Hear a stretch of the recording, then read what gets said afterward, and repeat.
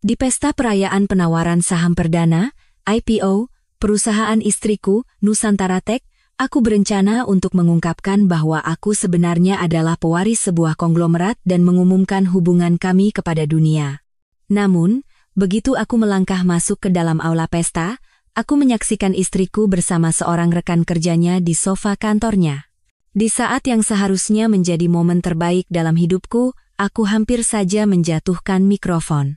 Pernahkah kau tahu momen ketika hidup menjatuhkan bom nuklir kepadamu? Ya, itulah yang terjadi pada Selasa malamku. Aku berdiri di luar ballroom, Hotel Indonesia Kempinski, untuk ketiga kalinya merapikan dasiku seperti seorang siswa baru yang gugup di pesta prom. Lantai marmer begitu berkilau, hingga memantulkan bayanganku dengan sempurna. Senyum penuh percaya diri, tuxedo yang disetrika tanpa celah, dan aura khas yang datang dari kesadaran bahwa aku akan mengejutkan semua orang.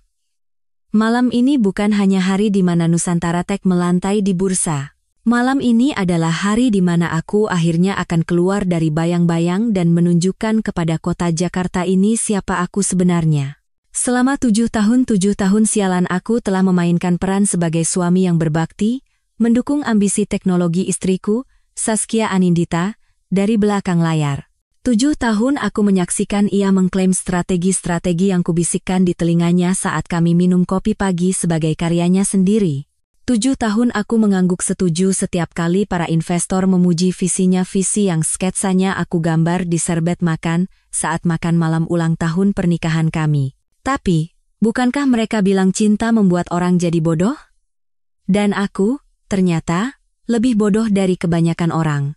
Saat pintu aula terbuka, campuran parfum mahal, buih sampanye, dan tawa palsu yang hanya bisa dihasilkan oleh orang-orang yang mengukur nilai diri mereka dalam harga saham menerpaku. Chandelier kristal menggantung seperti kembang api beku di atas lautan tuxedo hitam dan gaun desainer. Setiap blogger teknologi, pemodal Ventura, dan influencer media sosial di Jabodetabek seolah-olah dijejalkan ke dalam akuarium mahal ini, menunggu pengumuman besar. Aku berjalan melewati kerumunan seolah-olah ini adalah hal yang telah kulakukan seumur hidupku dan memang benar. Tumbuh sebagai putra Aditama Group berarti belajar bergaul dengan orang-orang bahkan sebelum kau belajar mengikat tali sepatumu. Tapi malam ini terasa berbeda. Malam ini, aku bukan lagi sekadar suami misterius yang menstabilkan keuangan Nusantara Tech dan membuat para investor senang.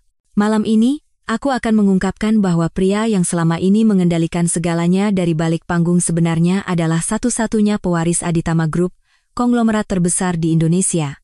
Hei Pak Baskara. Pak Tirtayasa dari Teknobisnis Indonesia menepuk bahuku seolah kami adalah teman satu angkatan di universitas, bukan sekadar kenalan yang pernah berbincang 5 kali. Siap untuk pertunjukan besar? Bu Saskia pasti sangat bahagia. Aku tersenyum. Senyum yang telah kulatih dengan sempurna di berbagai acara amal dan pertemuan sosial di mana aku hanya duduk diam sementara orang-orang dewasa merengek seperti anak-anak tentang laporan kuartalan. Saskia telah bekerja keras seumur hidupnya untuk momen ini, kataku. Secara teknis, itu bukan kebohongan. Saskia memang telah bekerja keras, hanya saja tidak sekeras yang semua orang percayai.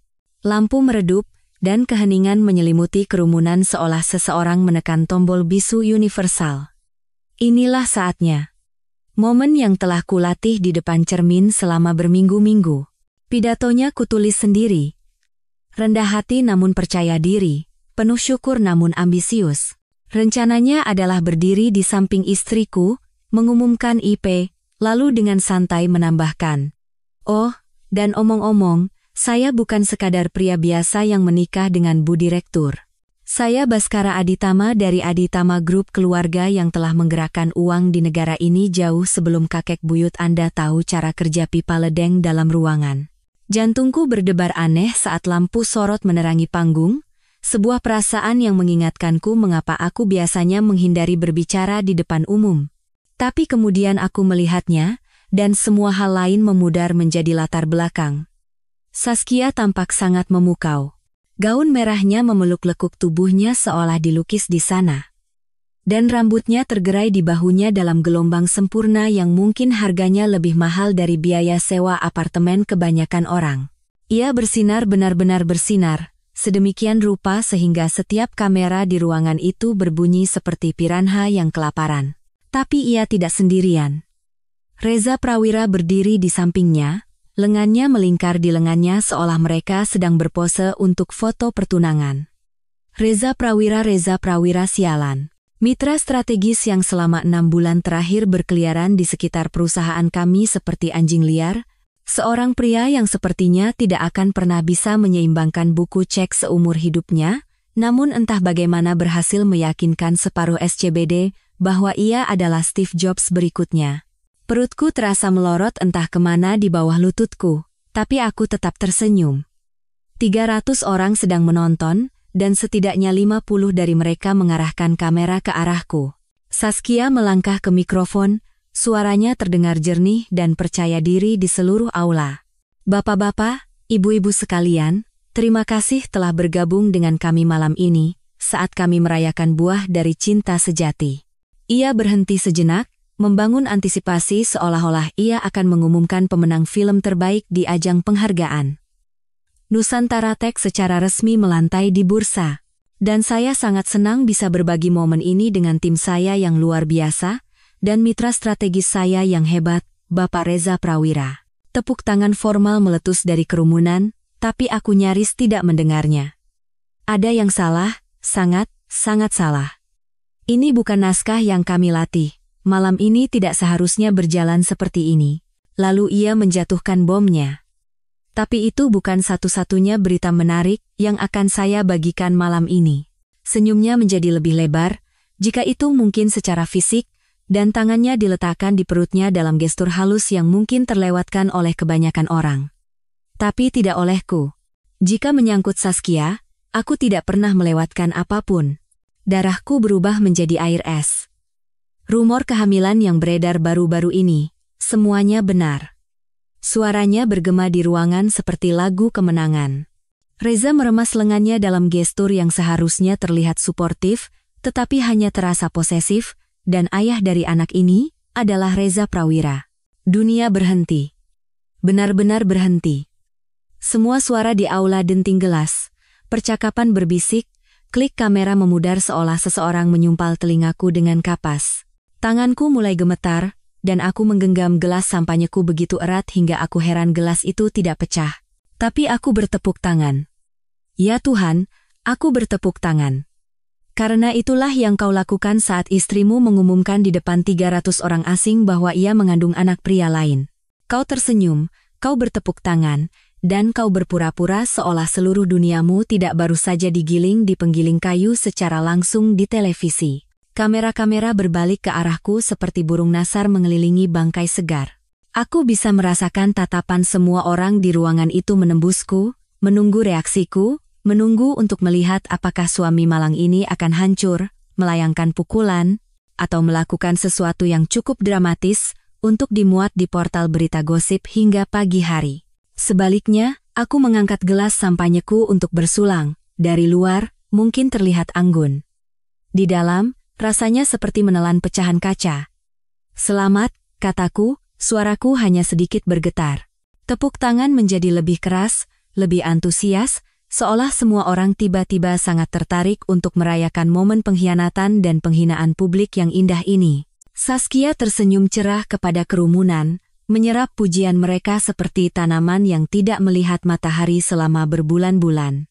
Dan di sana aku berdiri, dengan tuxedo yang disetrika sempurna, di tengah-tengah orang-orang yang seharusnya merayakan kesuksesanku, menyaksikan istriku mengklaim bahwa ia mengandung anak pria lain sementara kamera-kamera mengabadikan setiap momen penghinaan publikku. 7 tahun sialan membangun mimpinya, mendanai visinya, percaya pada kemitraan kami. 7 tahun merasa puas menjadi pria di belakang wanita itu, membiarkannya bersinar sementara aku mengatur segalanya dari bayang-bayang. Malam ini seharusnya berbeda. Malam ini seharusnya menjadi milikku. Sebaliknya, aku baru saja dihapus dari narasiku sendiri, sementara seluruh dunia menonton. Tahukah kau hal lucu tentang penghinaan publik?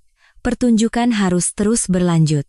Bahkan setelah istrimu mengumumkan ia mengandung anak pria lain di depan separuh industri teknologi, Kau masih harus berjabat tangan dan berbasa-basi seolah jiwamu tidak baru saja dimasukkan ke dalam blender.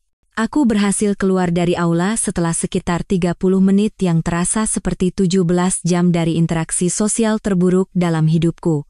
Petugas valet membawakan BMW-ku, dan aku duduk di kursi pengemudi selama 5 menit penuh, hanya bernapas, mencoba memahami apa yang baru saja terjadi dalam hidupku. Ponselku mulai berdering bahkan sebelum aku keluar dari tempat parkir. Pesan teks menerangi layar seperti pohon Natal sialan. Ada apa ini sebenarnya? Tirtayasa dari Teknobisnis Indonesia mungkin sudah menulis berita eksklusifnya. Telepon saya segera. Ibu Rina. Sekretarisku, yang gajinya jelas tidak cukup untuk menangani drama sebanyak ini. Selamat atas IPO-nya. Seorang investor yang jelas tidak mendengar bagian akhir dari pengumuman. Bro, lo baik-baik aja?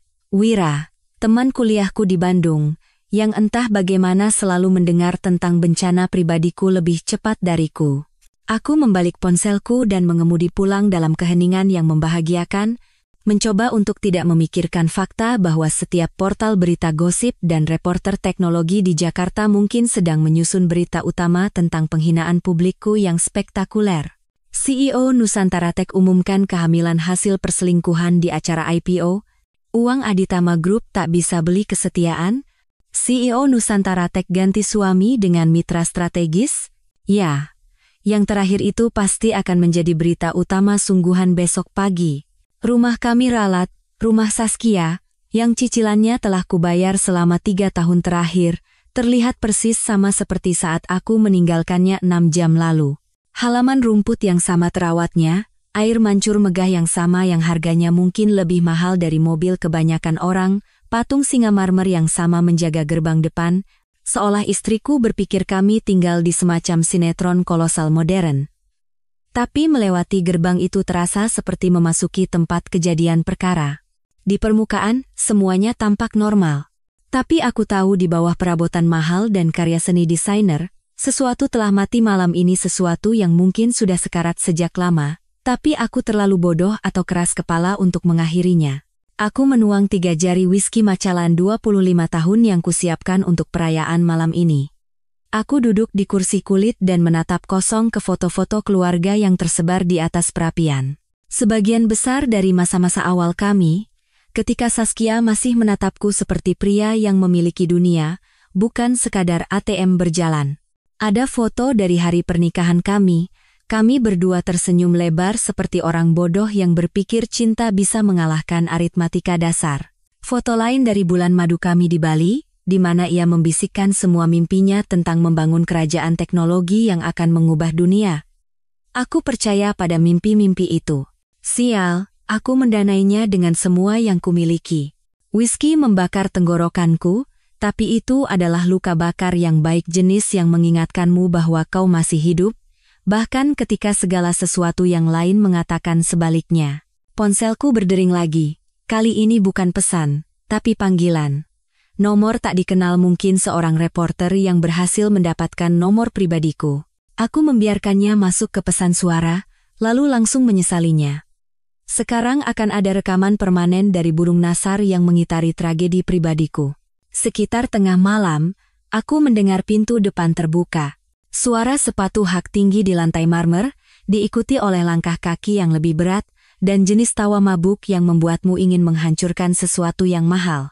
Tanpa perlu melihat, aku tahu Saskia telah membawa Reza Prawira pulang ke rumahku. Rumah yang kubeli, kurancang, dan kurawat sementara ia bermain sebagai CEO dengan uangku. Mereka terhuyung-huyung masuk ke ruang tamu seperti remaja yang menyelinap masuk melewati jam malam, kecuali remaja biasanya memiliki kesopanan untuk mencoba diam. Reza sedang melonggarkan dasinya, tersenyum seperti orang yang baru saja memenangkan lotre yang, sejujurnya, pada dasarnya memang begitu. Saskia terkikik, bukan seperti pengusaha cerdas yang baru saja mengumumkan IPO terbesar tahun ini, tetapi seperti mahasiswi. Ia berhenti ketika melihatku duduk dalam kegelapan dengan whisky di tangan. "Oh, kamu masih bangun," katanya. "Sulit tidur di malam seperti ini, ya?" "Bisa dibilang begitu," kataku, menjaga suaraku tetap datar. Tidak perlu memberi mereka lebih banyak amunisi. Reza tampak sedikit tidak nyaman, tetapi hanya sedikit. Hei, tidak ada perasaan pribadi, kan? Bisnis adalah bisnis. Bisnis adalah bisnis. Si bodoh ini berbicara tentang menghamili istriku seolah-olah itu adalah kesepakatan merger dan akuisisi. Ya, kataku, meneguk whisky lagi. Bisnis. Saskia melepas sepatunya, yang langsung membuatnya lebih pendek 3 inci dan entah bagaimana lebih berbahaya. Wajahnya menunjukkan ekspresi yang biasa ia gunakan saat akan memecat seseorang atau menegosiasikan kesepakatan yang membuat pihak lain bertanya-tanya apa yang baru saja terjadi. Kita perlu bicara tentang pengaturan tidur, katanya, seolah-olah kami sedang membahas alokasi anggaran kuartalan. Reza akan tinggal di sini untuk sementara waktu. Ia butuh tempat tidur. Aku hampir tertawa. Hampir. Tempat tidur? Tempat tidur kita. Ia mengklarifikasi, meskipun cara ia mengatakan kita terdengar seperti bentuk jamak yang digunakan oleh bangsawan, kamu bisa tidur di sofa malam ini. Kita akan mencari solusi yang lebih permanen besok. Di rumahku. Di rumah yang kubeli untuk masa depan kita, untuk keluarga yang kukira sedang kita bangun bersama, rumah yang sama di mana aku menggendongnya melewati ambang pintu seperti orang bodoh romantis yang percaya pada akhir yang bahagia. Reza sudah menuju tangga, seolah-olah menerima tawarannya sebagai fakta yang sudah terjadi. Ia berhenti di tengah jalan dan menoleh ke arahku, dengan ekspresi yang mungkin bisa dianggap sebagai simpati, jika tidak begitu syarat dengan kesombongan. Terima kasih sudah mengerti, kawan. Tidak semua pria akan menerima ini dengan baik. Menerima dengan baik. Seolah-olah hanya karena aku tidak membakar rumah dengan kami semua di dalamnya membuatku menjadi semacam orang suci. Jangan khawatir, kataku, dan aku bersungguh-sungguh. Sialan. Jangan pernah katakan pada siapapun. Aku sudah akan menjadi bahan tertawaan yang cukup, tidak perlu menambahkan materi baru.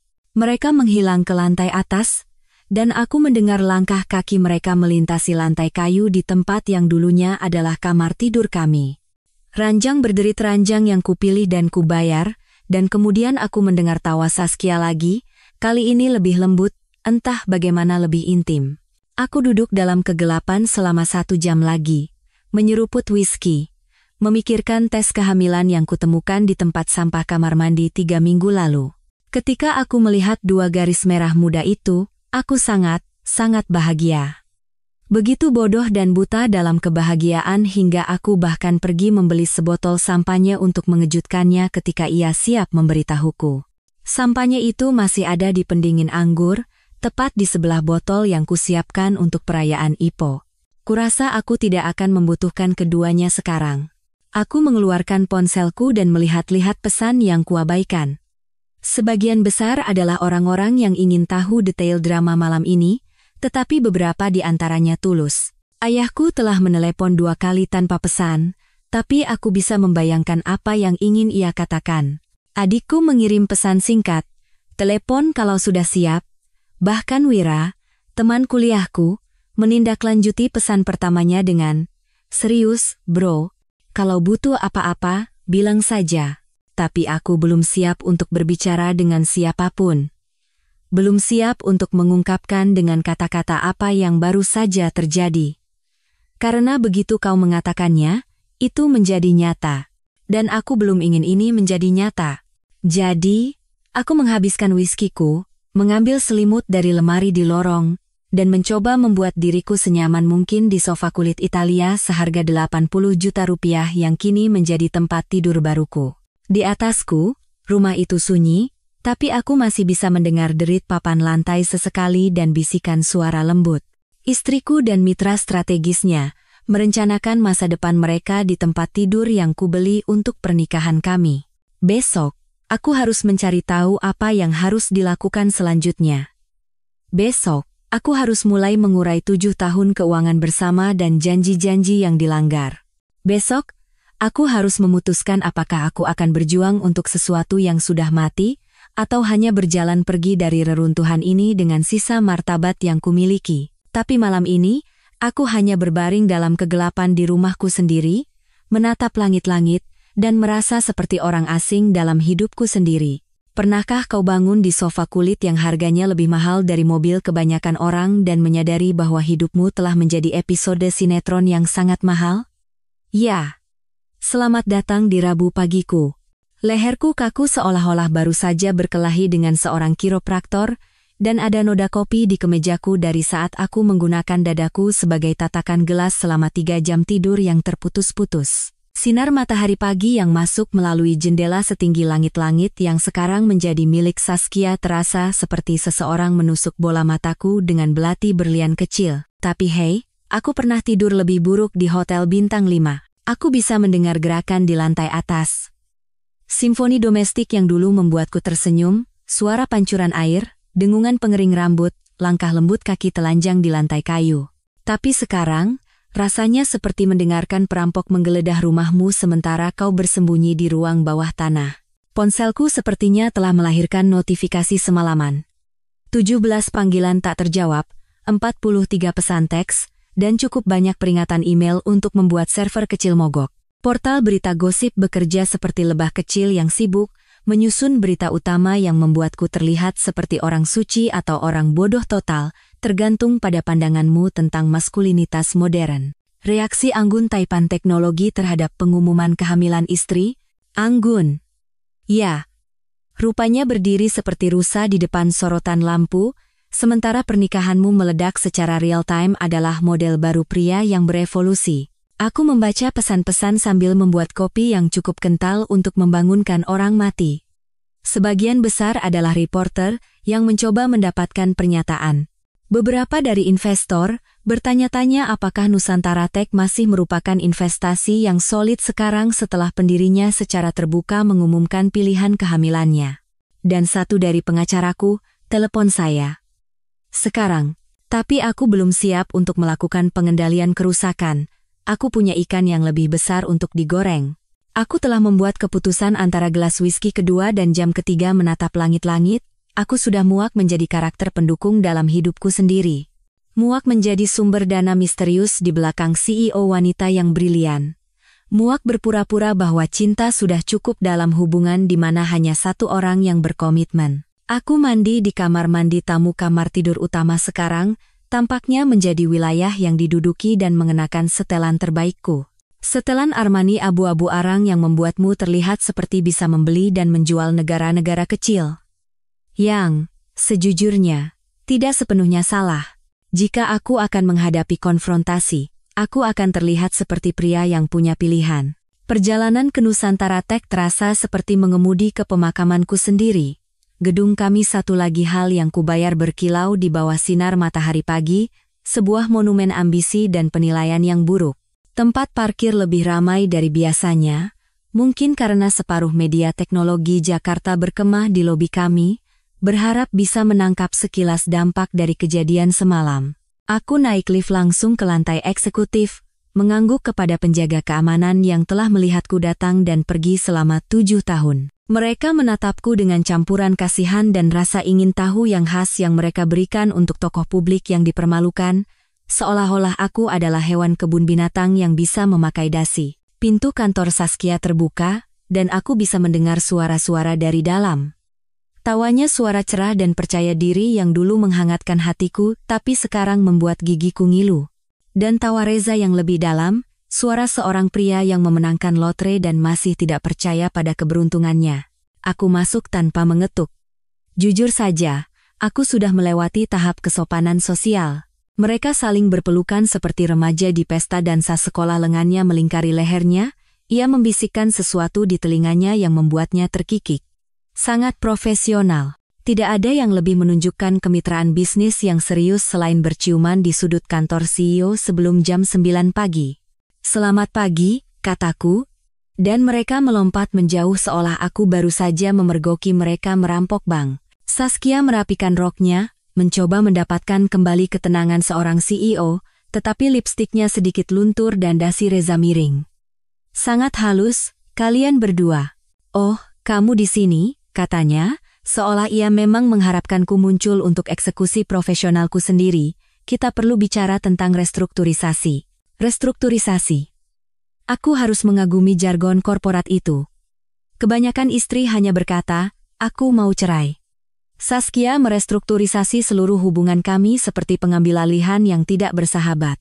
Aku yakin begitu, kataku, duduk di kursi kulit di seberang mejanya, kursi yang sama tempatku duduk dalam rapat strategi, rapat anggaran, dan sesi perencanaan larut malam yang tak terhitung jumlahnya yang mengubah perusahaan ini dari mimpi menjadi perusahaan publik.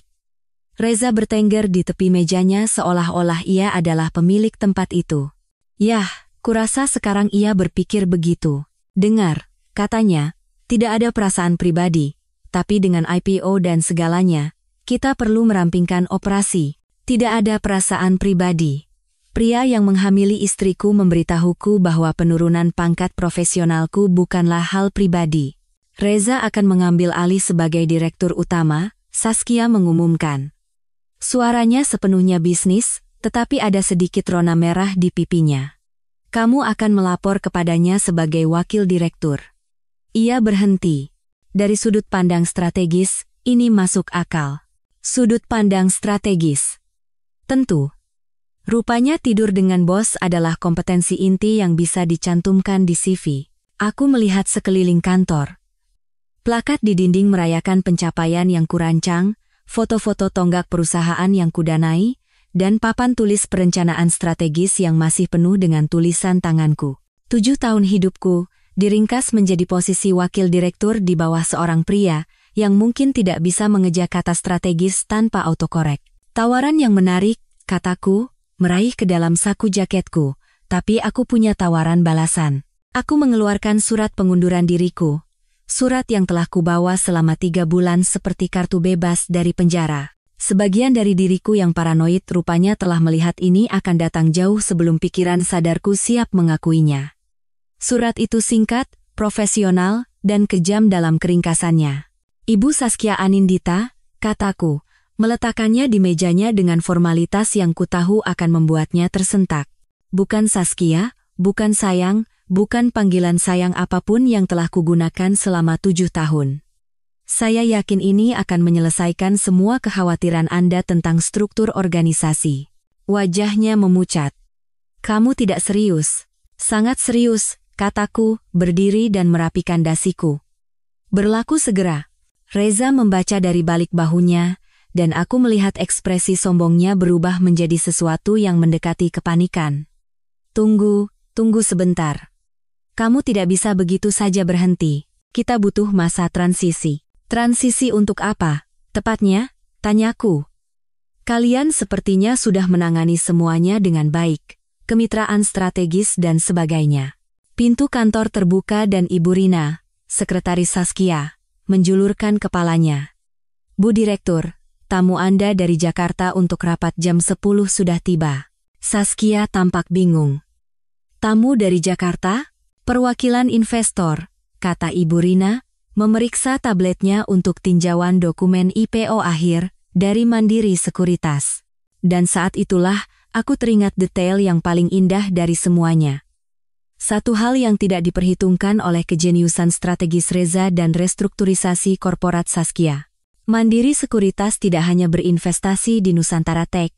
Mereka berinvestasi di Nusantara Tech dengan pemahaman eksplisit bahwa aku adalah bagian dari paket, bukan karena mereka secara khusus peduli pada kepribadianku yang menawan, tetapi karena uji tuntas mereka telah mengungkapkan bahwa setiap keputusan besar, setiap peluncuran produk yang sukses, setiap kuartal yang menguntungkan, dapat ditelusuri kembali ke strategi dan koneksi yang memiliki sidik jariku di atasnya. Persilakan mereka masuk, kataku, duduk kembali di kursiku dengan senyum tulus pertama dalam 24 jam.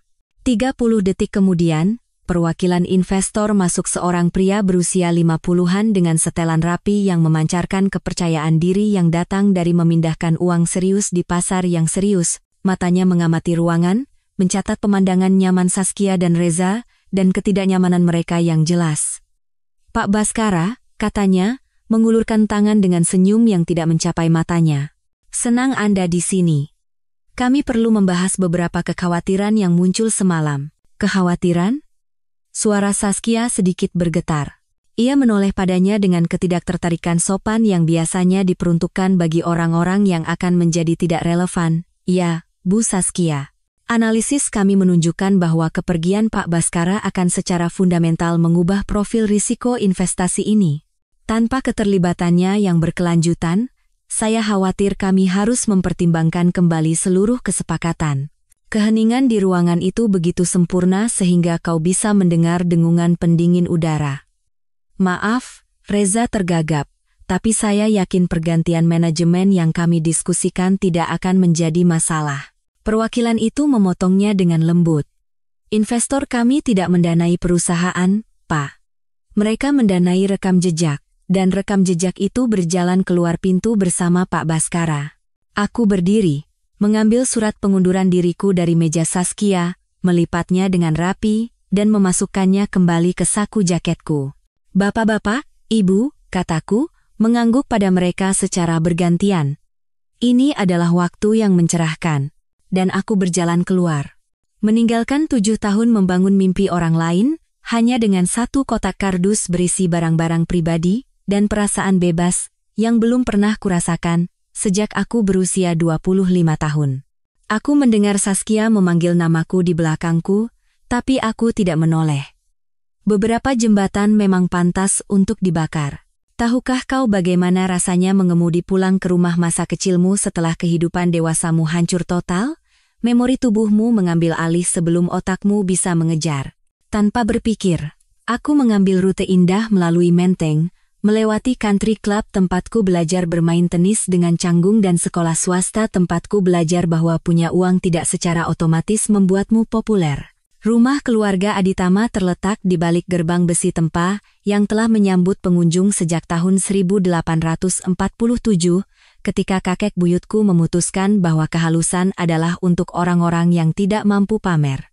37 hektar halaman rumput yang terawat sempurna, taman yang membutuhkan 6 staf tetap, dan sebuah rumah utama yang terlihat seperti dirancang oleh seseorang yang berpikir istana dalam sinetron kolosal membutuhkan lebih banyak marmer dan lebih sedikit masukan dari para pelayan. Aku tumbuh dengan berpikir tempat ini normal. Baru setelah kuliah aku menyadari bahwa sebagian besar keluarga tidak memiliki bangunan terpisah untuk menyimpan mobil mereka, atau bahwa dapur musim panas bukanlah konsep universal. Gerbang terbuka sebelum aku sempat menekan tombol interkom. Tim keamanan ayahku mungkin telah melihat mobilku dari jarak setengah mil. Kebiasaan lama dari masa-masanya di dunia keuangan internasional, ketika mengetahui siapa yang datang ke jalan masukmu bisa menjadi perbedaan antara makan malam yang menyenangkan dan upaya penculikan yang sangat tidak menyenangkan. Pranoto Aditama menungguku di tangga depan, dan melihatnya di sana terasa seperti melangkah mundur dalam waktu. Ia terlihat persis sama seperti saat aku berusia 12 tahun dan mengira ia adalah orang paling berkuasa di dunia. Rambut perak, gaya yang sempurna, postur yang akan membuat taruna militer menangis iri, dan mata yang telah melihat cukup banyak perang korporat untuk mengenali korban bahkan dari luar kode posnya. Nak, katanya, dan dalam satu kata itu terkandung sekitar 17 makna berbeda, simpati, kekecewaan, pengertian, dan sedikit nada sudah kubilang yang terbungkus dalam 2 suku kata. Ayah, kataku, menaiki tangga dengan perasaan seperti dipanggil ke kantor kepala sekolah, hanya saja kepala sekolah ini mengenakan setelan jutaan rupiah dan memiliki separuh Jakarta Selatan. Ia tidak bertanya, tidak menuntut penjelasan, tidak memulai ceramah tentang uji tuntas atau penilaian risiko. Ia hanya meletakkan tangan di bahuku dan membawaku masuk, melewati potret minyak kerabat yang sudah meninggal yang mungkin akan menangani bencana pribadi mereka dengan lebih banyak martabat daripada aku. Kami masuk ke ruang kerjanya, sebuah ruangan yang terlihat seperti lokasi syuting film tentang tempat di mana orang tua kaya minum whisky mahal dan membuat keputusan yang memengaruhi seluruh industri. Rak buku dari lantai ke langit-langit yang dipenuhi edisi pertama, meja mahoni besar yang dulunya milik seorang raja kereta api, dan jendela yang menghadap ke taman yang biaya perawatannya lebih mahal dari gaji tahunan kebanyakan orang. Ayah menuang 2 gelas minuman yang mungkin lebih tua dariku, dan duduk di kursi kulit dengan keanggunan yang datang dari latihan puluhan tahun untuk terlihat terkendali sepenuhnya, bahkan ketika semuanya akan hancur. Jadi, katanya, mengaduk whiskinya seolah sedang merenungkan misteri alam semesta. Apakah kau akan menceritakannya? Atau haruskah aku membaca Kompas besok dan mencari tahu sendiri? Aku menelan seteguk whisky yang harganya lebih mahal dari cicilan mobil kebanyakan orang dan mencoba mencari tahu dari mana harus memulai. Saskia hamil. Selamat. Nada suaranya benar-benar netral, yang berarti ia sudah mendengar tentang pengumuman semalam dan sedang menunggu kelanjutannya. Bukan anakku. Oh. Ia mengangguk, seolah aku baru saja mengkonfirmasi sesuatu yang sudah ia duga. Reza Prawira, kalau begitu. Tentu saja ia tahu tentang Reza Prawira. Pranoto Aditama tidak hanya membaca halaman bisnis. Ia punya orang-orang yang tugasnya adalah mencari tahu tentang orang-orang yang mungkin suatu hari nanti menjadi penting. Reza Prawira mungkin sudah ada di suatu arsip sejak hari pertama ia muncul di Dewan Nusantara Tech. Dia mengumumkannya di acara IPO, lanjutku. Di depan 300 orang dan separuh media teknologi. Alis ayahku terangkat sedikit, yang baginya setara dengan melompat-lompat dan berteriak. Langkah yang secara strategis meragukan. Begitu menurut ayah, aku tertawa, tetapi lebih karena kepahitan daripada kegembiraan. Dan pagi ini, ia mencoba menurunkanku jabatannya, menjadikanku bawahan Reza, jadi aku berhenti. Bagus, ia bersandar di kursinya, tampak puas. Ada lagi? Aku menatapnya. Ada lagi apa? Ayah. Istriku baru saja mempermalukanku di depan umum, perusahaanku baru saja meledak, dan seluruh hidupku akan menjadi santapan tabloid. Apalagi yang bisa ada? Ia bangkit, berjalan ke mejanya, membuka laci bawah, dan mengeluarkan map Manila tebal yang terlihat seolah-olah telah menunggu momen ini. Aku membukanya, dan tekanan darahku melonjak sekitar 40 poin. Catatan keuangan, cetakan email, dokumen hukum, dan cukup banyak bukti untuk mengirim separuh eksekutif Nusantara Tech ke penjara selama dekade berikutnya. Apa ini semua? Berkas daruratmu, katanya dengan tenang. Aku sudah menyusunnya selama 18 bulan terakhir. Aku membolak-balik halaman-halaman malpraktik keuangan yang terdokumentasi, kewajiban pajak yang belum dibayar, dan praktik akuntansi yang begitu kreatif, hingga seharusnya memenangkan medali jika penipuan adalah cabang olahraga Olimpiade. Bagaimana? Sejak kapan? Nak, kau telah berbicara tentang perusahaan itu di setiap makan malam keluarga selama 7 tahun? Apa kau pikir aku tidak memperhatikan? Ia duduk kembali di kursinya seperti seorang profesor yang akhirnya bisa mengajar kelas favoritnya. Setiap kali kau menyebutkan keputusan meragukan yang dibuat Saskia, setiap kali kau mengeluh bahwa ia mengambil jalan pintas atau melanggar aturan, aku meminta orang-orangku untuk memeriksanya. Di sana, ada email dari Saskia kepada Reza Prawira yang berasal dari lebih dari setahun yang lalu, jauh sebelum kemitraan strategis mereka diumumkan ke publik. Komunikasi tentang memindahkan uang melalui rekening luar negeri, diskusi tentang strategi pajak kreatif yang jelas tidak akan disetujui oleh Ditjen Pajak, dan bukti penipuan keuangan yang disengaja yang akan membuat tim Jaksa Federal sibuk selama berbulan-bulan. Ayah, ini. Aku mengangkat dokumen yang menunjukkan Reza Prawira menyedot uang dari rekening klien untuk mendanai gaya hidupnya. Ini kriminal. Ya, benar. Suara ayahnya terdengar seolah-olah mereka sedang membahas cuaca.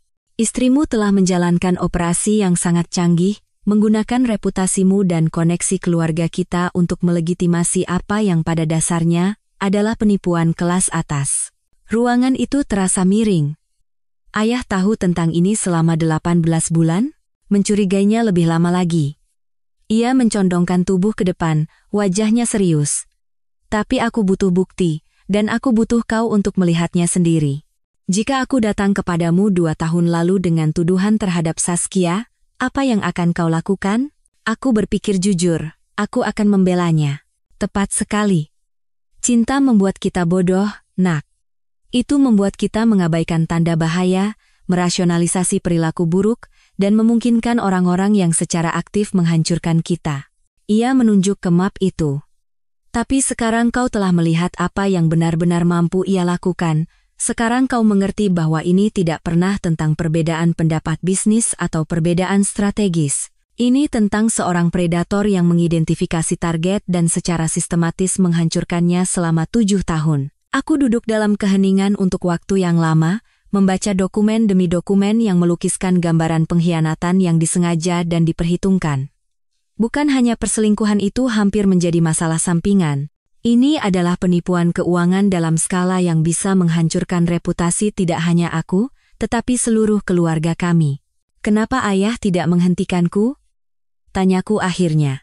Karena kau adalah pria dewasa, dan terkadang pria dewasa harus membuat kesalahan mereka sendiri.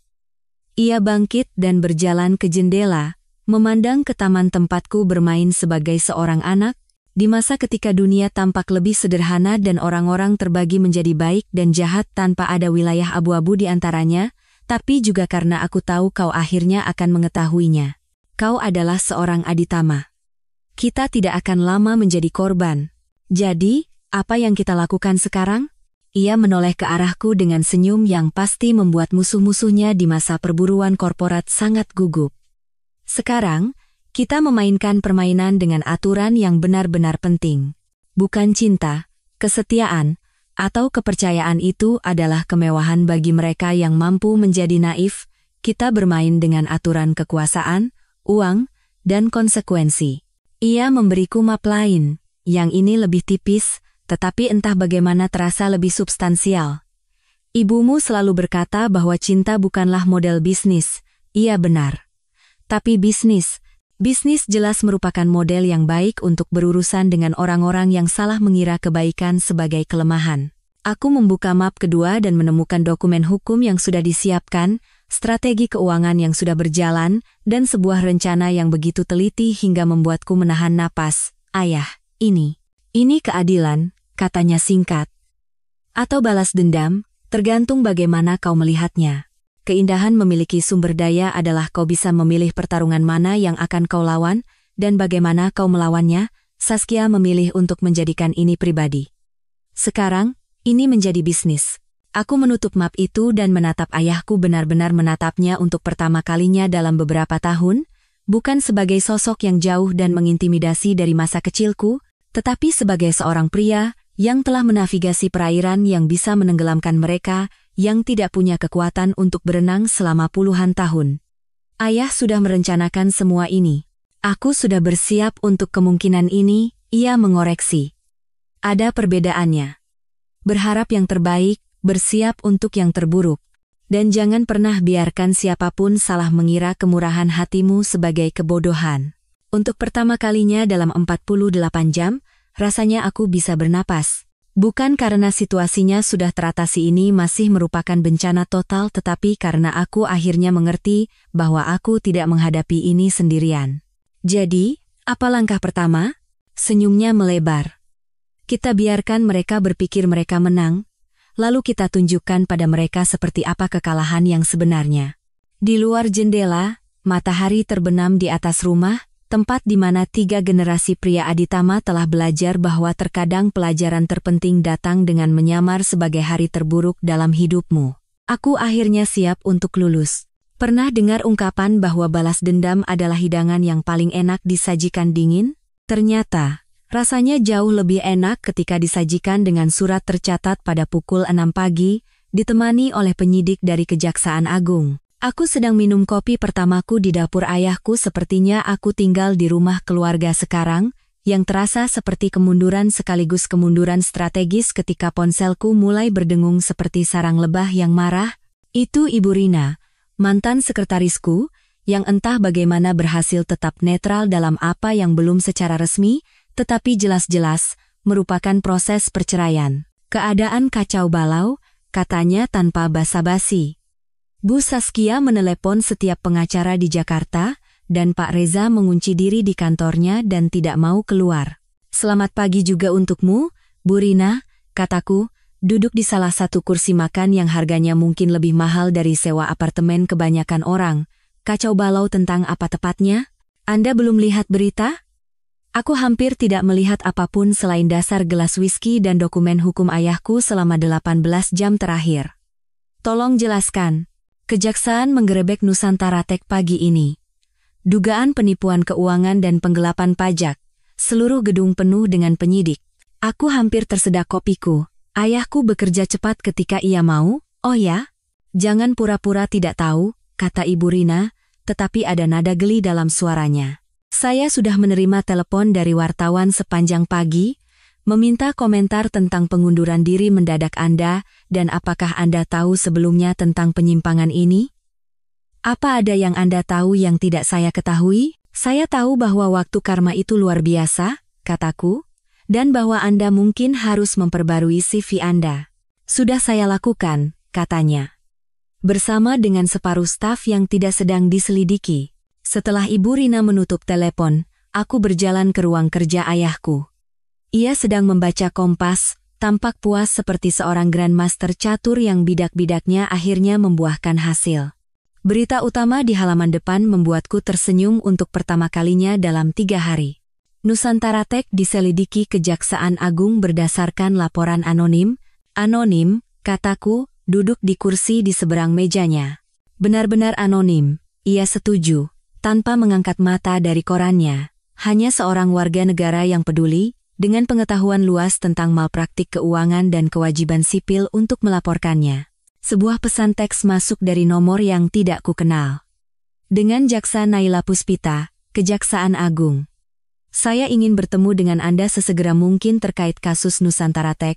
Aku menunjukkan pesan itu kepada ayahku. Ia mengangguk puas. Bagus. Jaksa Naila adalah salah satu yang terbaik dari kejaksaan.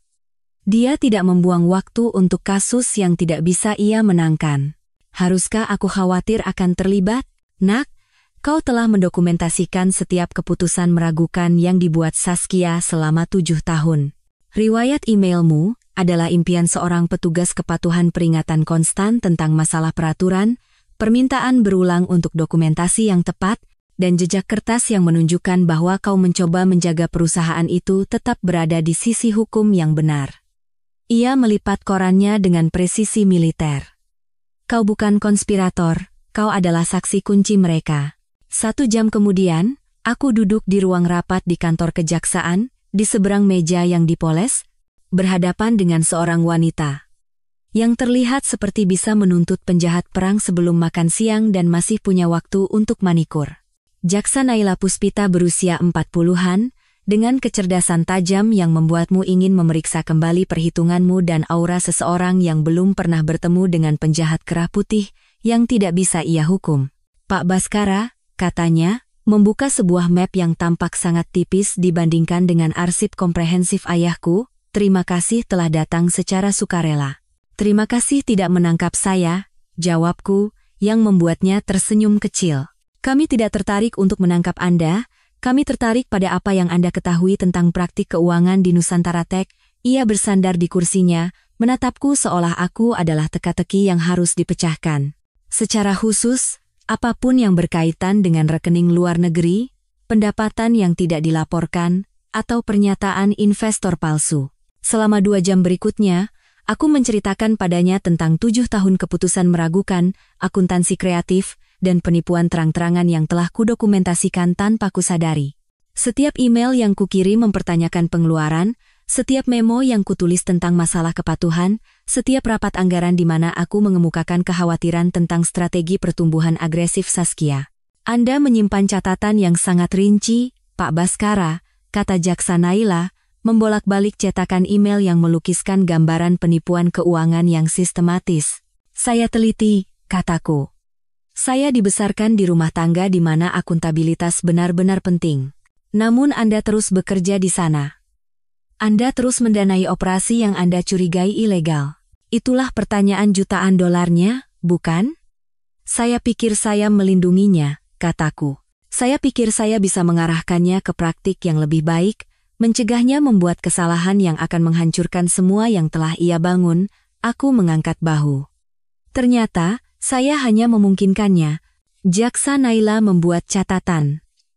Kapan pertama kali Anda menyadari keterlibatan Pak Reza Prawira? Sekitar 6 bulan yang lalu. Ia mulai muncul di rapat dewan, menawarkan nasihat strategis yang biasanya melibatkan menemukan cara-cara baru untuk memindahkan uang. Saya mengemukakan kekhawatiran tentang latar belakangnya, kualifikasinya, dan fakta bahwa ia tampaknya tidak memiliki rencana bisnis yang nyata selain menghabiskan uang investor. Dan tanggapan Bu Saskia? Ia mengatakan saya terlalu reaktif dan posesif. Bahwa Reza membawa perspektif luar yang berharga, dan saya harus mempercayai penilaiannya. Catatan lain. Apakah Anda mengetahui hubungan pribadi mereka? Aku memikirkan tes kehamilan, larut malam, dan bagaimana perilaku Saskia telah berubah selama setahun terakhir. Saya curiga ada sesuatu yang terjadi, tetapi saya tidak punya bukti sampai ia mengumumkannya di acara IPO, di depan 300 saksi dan berbagai media. Saskia selalu menyukai pengungkapan dramatis. Ia tersenyum kecil lagi mendengar itu. Pak Baskara, berdasarkan apa yang Anda katakan hari ini dan dokumen yang Anda berikan, kami yakin kami memiliki cukup bukti untuk mengajukan tuntutan atas penipuan sekuritas, penggelapan pajak, dan konspirasi. Apakah Anda bersedia bersaksi jika ini sampai ke pengadilan? Tentu saja. Ia menutup mapnya dan mencondongkan tubuh ke depan. Saya harus bertanya. Waktu pengunduran diri Anda, tepat sebelum penyelidikan ini diumumkan ke publik, mungkin terlihat mencurigakan bagi sebagian orang. Sebagian orang bisa berpikir banyak hal, kataku. Tetapi bukti berbicara sendiri. Saya mencoba menjaga perusahaan itu tetap jujur selama 7 tahun. Ketika menjadi jelas bahwa itu tidak mungkin, saya keluar sebelum saya menjadi kaki tangan. Dan laporan anonim yang memicu penyelidikan ini, aku menatap matanya langsung. Saya tidak tahu apa-apa tentang itu. Tapi siapapun yang memberikannya, jelas melakukan tugas sipil mereka. 3 jam kemudian, aku kembali ke rumah. Aku menonton liputan berita di televisi raksasa ayahku sementara ia melakukan panggilan telepon dengan orang-orang yang namanya pernah kulihat di daftar Forbes. Kisah Nusantara Tech menjadi berita utama di setiap saluran bisnis, dengan rekaman agen kejaksaan membawa keluar kotak-kotak dokumen dari gedung yang kutinggalkan kurang dari 48 jam yang lalu. Ponselku terus berdering dengan panggilan dari wartawan, tetapi satu-satunya yang kujawab adalah dari Tertayasa dari Teknobisnis Indonesia. Ya ampun, Baskara, katanya tanpa basa-basi, kau tahu ini akan terjadi saat kau berhenti, kan? Saya tahu Saskia membuat keputusan yang tidak akan berakhir dengan baik, kataku dengan hati-hati. Saya hanya tidak menyadari seberapa buruknya sampai saya bisa melangkah mundur dan melihatnya secara objektif. Jadi pengunduran diri itu. Pengunduran diri itu adalah saya yang akhirnya mengakui bahwa Anda tidak bisa menyelamatkan seseorang yang tidak ingin diselamatkan, kataku, menatap keluar jendela ke taman tempatku bermain sebagai seorang anak, sebelum aku belajar bahwa dunia ini penuh dengan orang-orang yang akan tersenyum padamu sambil mengosongkan sakumu. Sekarang, saya fokus untuk melangkah maju. Terkadang, Anda harus membakar masa lalu sebelum Anda bisa membangun sesuatu yang lebih baik. Setelah Tirtayasa menutup telepon, ayahku muncul di ambang pintu dengan 2 gelas sampanya. Merayakan begitu cepat? Tanyaku. Bukan perayaan, katanya, menyerahkan segelas padaku. Ini pengakuan. Selama 7 tahun, kau mencoba menjadi pria yang kau kira ia butuhkan. Hari ini, kau mulai menunjukkan pria seperti apa kau sebenarnya.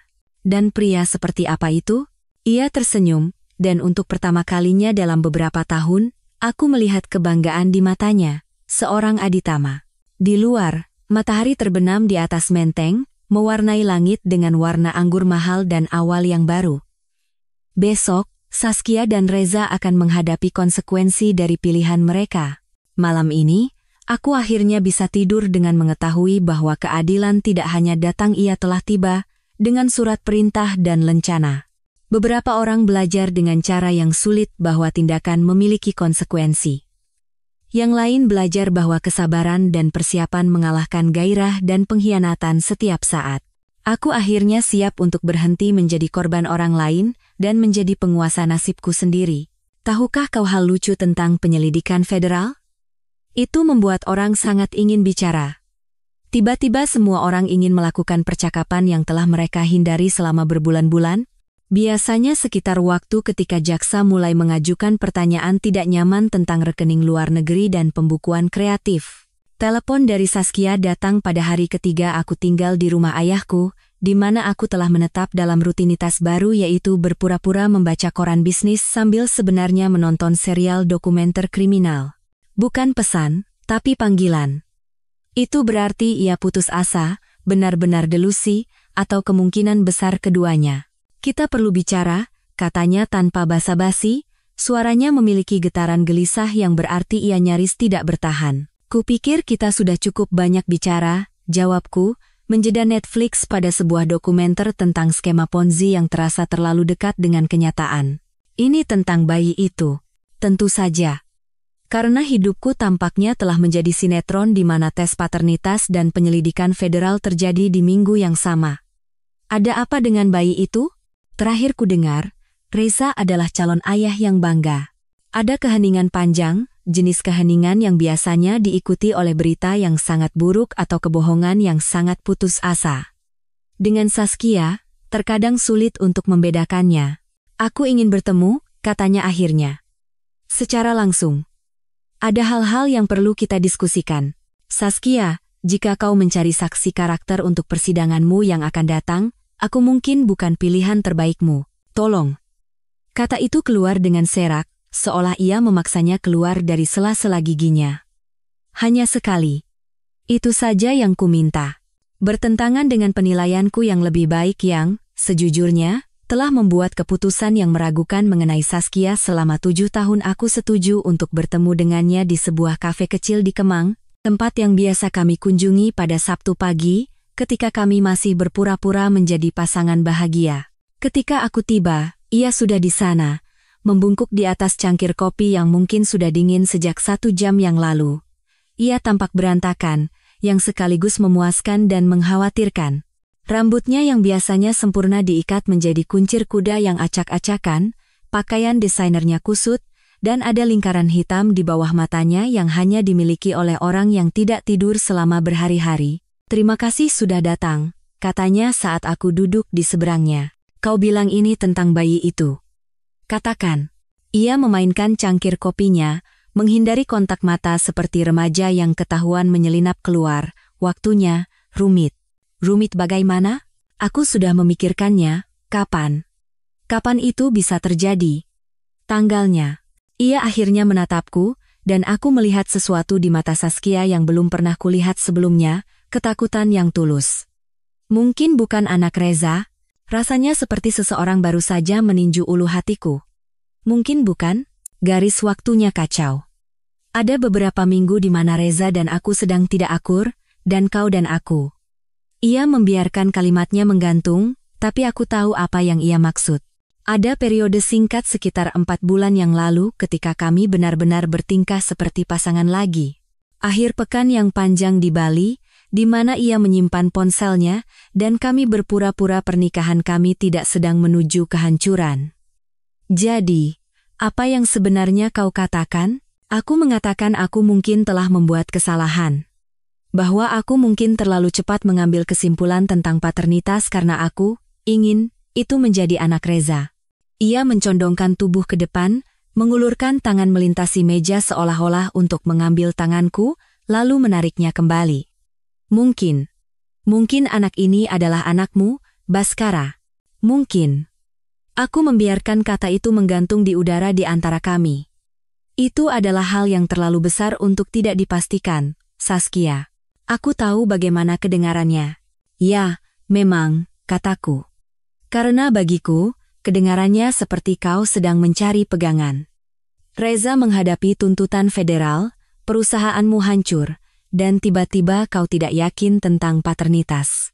Waktunya sangat nyaman, wajahnya memerah. Bukan seperti itu, bukan? Bagiku, sepertinya kau sedang mencoba mencari tahu sekoci mana yang lebih kecil kemungkinannya untuk tenggelam. Aku pantas mendapatkannya, katanya pelan. Aku pantas mendapatkan semua itu. Tapi bayi ini tidak pantas tumbuh tanpa mengetahui siapa ayah kandungnya. Itu yang membuatku berhenti. Karena sebanyak aku ingin mengabaikan ini sebagai manipulasi lain dari Saskia, ia ada benarnya. Jika ada kemungkinan sekecil apapun anak ini adalah anakku. Apa yang kau inginkan dariku? Tanyaku. Tes paternitas. Aku harus tahu pasti. Dan kau juga. Aku mempelajari wajahnya, mencari kebiasaan-kebiasaan yang telah kupelajari selama 7 tahun pernikahan kami. Kedutan kecil di sudut mulutnya saat ia berbohong, Cara matanya melirik ke kiri saat ia menghilangkan detail penting. Tapi yang kulihat hanyalah kelelahan dan apa yang tampak seperti penyesalan yang tulus. Dan jika itu anakku, maka kita cari cara untuk melakukan ini dengan benar, untuknya. Dan jika itu anak Reza? Ia terdiam untuk waktu yang lama. Maka aku harus hidup dengan pilihan yang telah kubuat. Aku mengeluarkan ponselku dan menelepon pengacaraku, bukan pengacara keluarga yang menangani urusan perusahaan, tetapi seseorang yang direkomendasikan ayahku untuk masalah pribadi yang membutuhkan kebijaksanaan. 20 menit kemudian, aku memiliki nama laboratorium yang bisa menangani kerahasiaan yang datang dengan harga premium. Kita bisa melakukan ini melalui pengacara, kataku. Bersih, legal, dan pribadi sampai kita tahu pasti. Ia mengangguk, tampak seperti akan menangis. Terima kasih. Aku tidak melakukan ini untukmu, kataku, bangkit untuk pergi. Aku melakukan ini untuk anak yang tidak meminta untuk dilahirkan ke dalam kekacauan ini. Butuh 3 hari untuk memproses hasil tes. Selama 3 hari itu, aku bergantian antara berharap anak itu adalah anakku dan berharap bukan. Jika itu anakku, aku akan terikat dengan Saskia seumur hidup. Tapi aku juga akan punya anak, sesuatu yang telah kuinginkan selama bertahun-tahun tetapi telah kulepaskan. Jika bukan anakku, aku bisa memutuskan hubungan sepenuhnya dan melanjutkan sisa hidupku. Hasilnya datang pada Jumat pagi. Probabilitas paternitas, 99,9%. Aku menatap selembar kertas itu selama 5 menit penuh, seolah-olah jika aku terus menatapnya, itu akan berubah. Membaca angka yang sama berulang-ulang. Aku akan menjadi seorang ayah, dalam waktu sekitar 5 bulan. Akan ada manusia kecil di dunia ini yang setengah diriku dan setengah wanita yang telah secara sistematis menghancurkan hidupku selama setahun terakhir. Aku menelepon ayahku terlebih dahulu. Selamat, nak, katanya, dan aku bisa mendengar senyum dalam suaranya.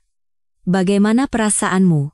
Takut, bersemangat, dan bingung, semua pada saat yang sama.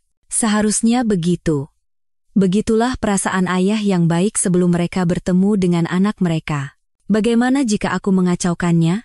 Kau tidak akan. Kau adalah seorang aditama. Kita tidak melakukan apapun setengah-setengah, termasuk mengasuh anak.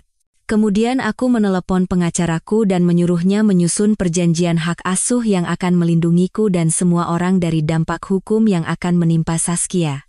Hak asuh bersama, dengan dukungan keuangan yang besar, tempat tinggal utama yang akan ditentukan berdasarkan keadaan, dan perlindungan ketat yang akan memastikan anakku tidak digunakan sebagai pion dalam permainan apapun yang masih coba dimainkan oleh Saskia.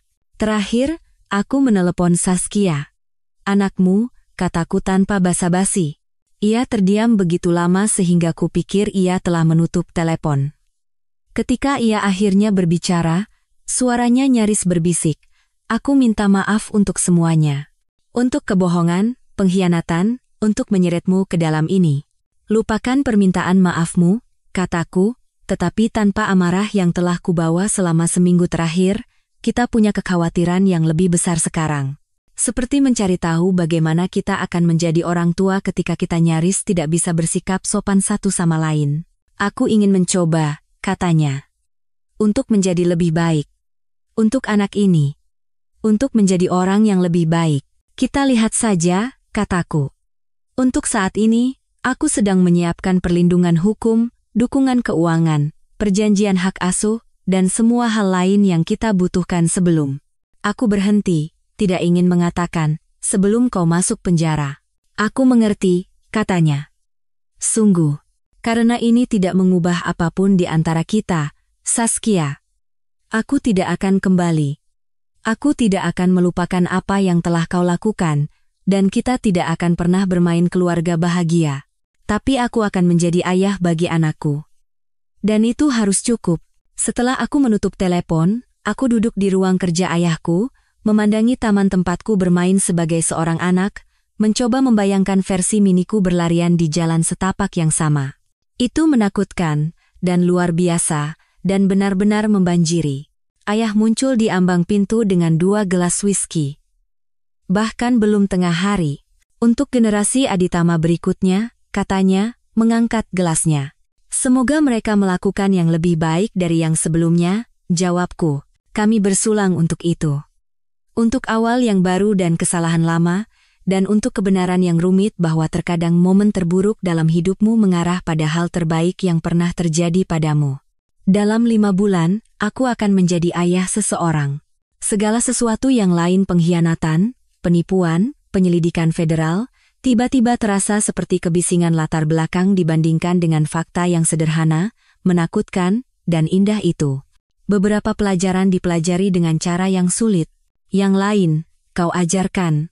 Tahukah kau keindahan dari menyaksikan sesuatu yang kau bangun terbakar habis? Ketika itu terbakar karena pilihan orang lain, kau bisa menikmati pertunjukan tanpa rasa bersalah. Domino pertama jatuh pada Selasa pagi, ketika klien terbesar kami, Hartford Financial, mengeluarkan pernyataan resmi yang mengakhiri kontrak mereka dengan Nusantara Tech dengan segera, dengan alasan masalah peraturan yang sedang berlangsung. Pada waktu makan siang, 3 klien lagi telah pergi. Pada malam hari, harga saham kami telah anjlok 40% dan perdagangan dihentikan. Aku menyaksikan semuanya terjadi dari ruang kerja ayahku, dikelilingi oleh tumpukan koran, situs web keuangan, dan saluran berita kabel yang meliput keruntuhan Nusantara Tech seolah-olah itu adalah bencana alam bisnis. Yang, kurasa, memang begitu bencana alam yang disebabkan oleh keserakahan, kebodohan, dan pengabaian total terhadap prinsip-prinsip akuntansi dasar. Saham Nusantara Tech kembali anjlok hari ini menyusul pengungkapan malpraktik keuangan yang meluas. Seorang pembawa berita SCTV mengumumkan dengan keseriusan profesional yang biasanya diperuntukkan bagi zona perang atau kematian selebriti. CFO perusahaan mengundurkan diri pagi ini dengan alasan perbedaan yang tidak dapat didamaikan dengan arah strategis manajemen, dan sumber yang dekat dengan penyelidikan mengatakan jaksa sedang mempersiapkan tuntutan tambahan. Ayahku membisukan televisi dan menatapku dari atas kacamata bacanya. Bagaimana perasaanmu tentang semua ini? Jujur saja, seperti aku baru saja menghindari peluru seukuran kereta barang. Bagus. Itu berarti kau sedang belajar. Ponselku bergetar dengan pesan dari Ibu Rina, yang secara resmi telah meninggalkan kapal yang tenggelam minggu lalu. Reza baru saja mengadakan rapat seluruh staf. Rumornya mereka akan memberhentikan 60% staf pada hari Jumat. Dan seseorang membungkus mobilnya dengan tisu toilet di tempat parkir. Aku tidak bisa menahan tawa. Reza Prawira, jenius strategis dan inovator manajemen, BMW-nya didekorasi dengan tisu toilet oleh karyawan yang tidak puas. Ada sesuatu yang puitis tentang itu. Hiburan sebenarnya datang malam itu, ketika Reza mengadakan konferensi pers pertamanya dan terakhir sebagai CEO interim. Aku menontonnya di siaran langsung YouTube. Terkadang kau harus melihat kecelakaan kereta api secara real-time untuk benar-benar menghargai kegagalan rekayasanya. Ia berdiri di belakang podium di tempat yang dulunya adalah ruang rapat utama kami, mengenakan setelan yang mungkin harganya lebih mahal dari gaji sebagian besar karyawannya yang tersisa selama sebulan, mencoba memproyeksikan kepercayaan diri sementara suaranya bergetar seperti anak berusia 13 tahun yang mengajak seseorang ke pesta prom. Tuduhan ini sama sekali tidak berdasar. Ia menyatakan kepada ruangan yang penuh dengan wartawan yang terlihat seperti hiu yang mencium darah di air. Nusantara Tech selalu mempertahankan standar tertinggi transparansi keuangan dan kepatuhan terhadap peraturan. Seseorang di barisan belakang mengangkat tangan.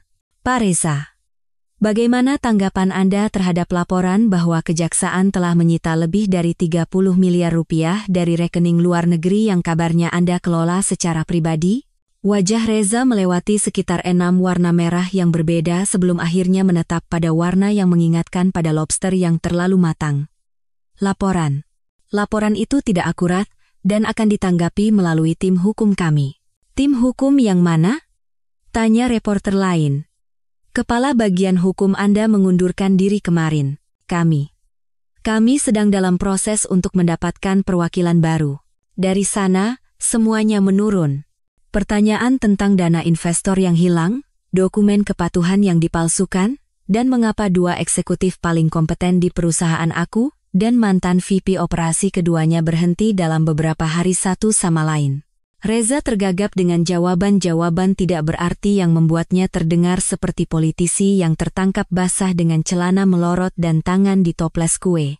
Bagian terbaiknya datang ketika seseorang bertanya tentang Saskia. Ibu Saskia saat ini sedang fokus pada kesehatannya dan mempersiapkan kelahiran anaknya, kata Reza, seolah kehamilan adalah bentuk kekebalan diplomatik dari tuntutan penipuan federal.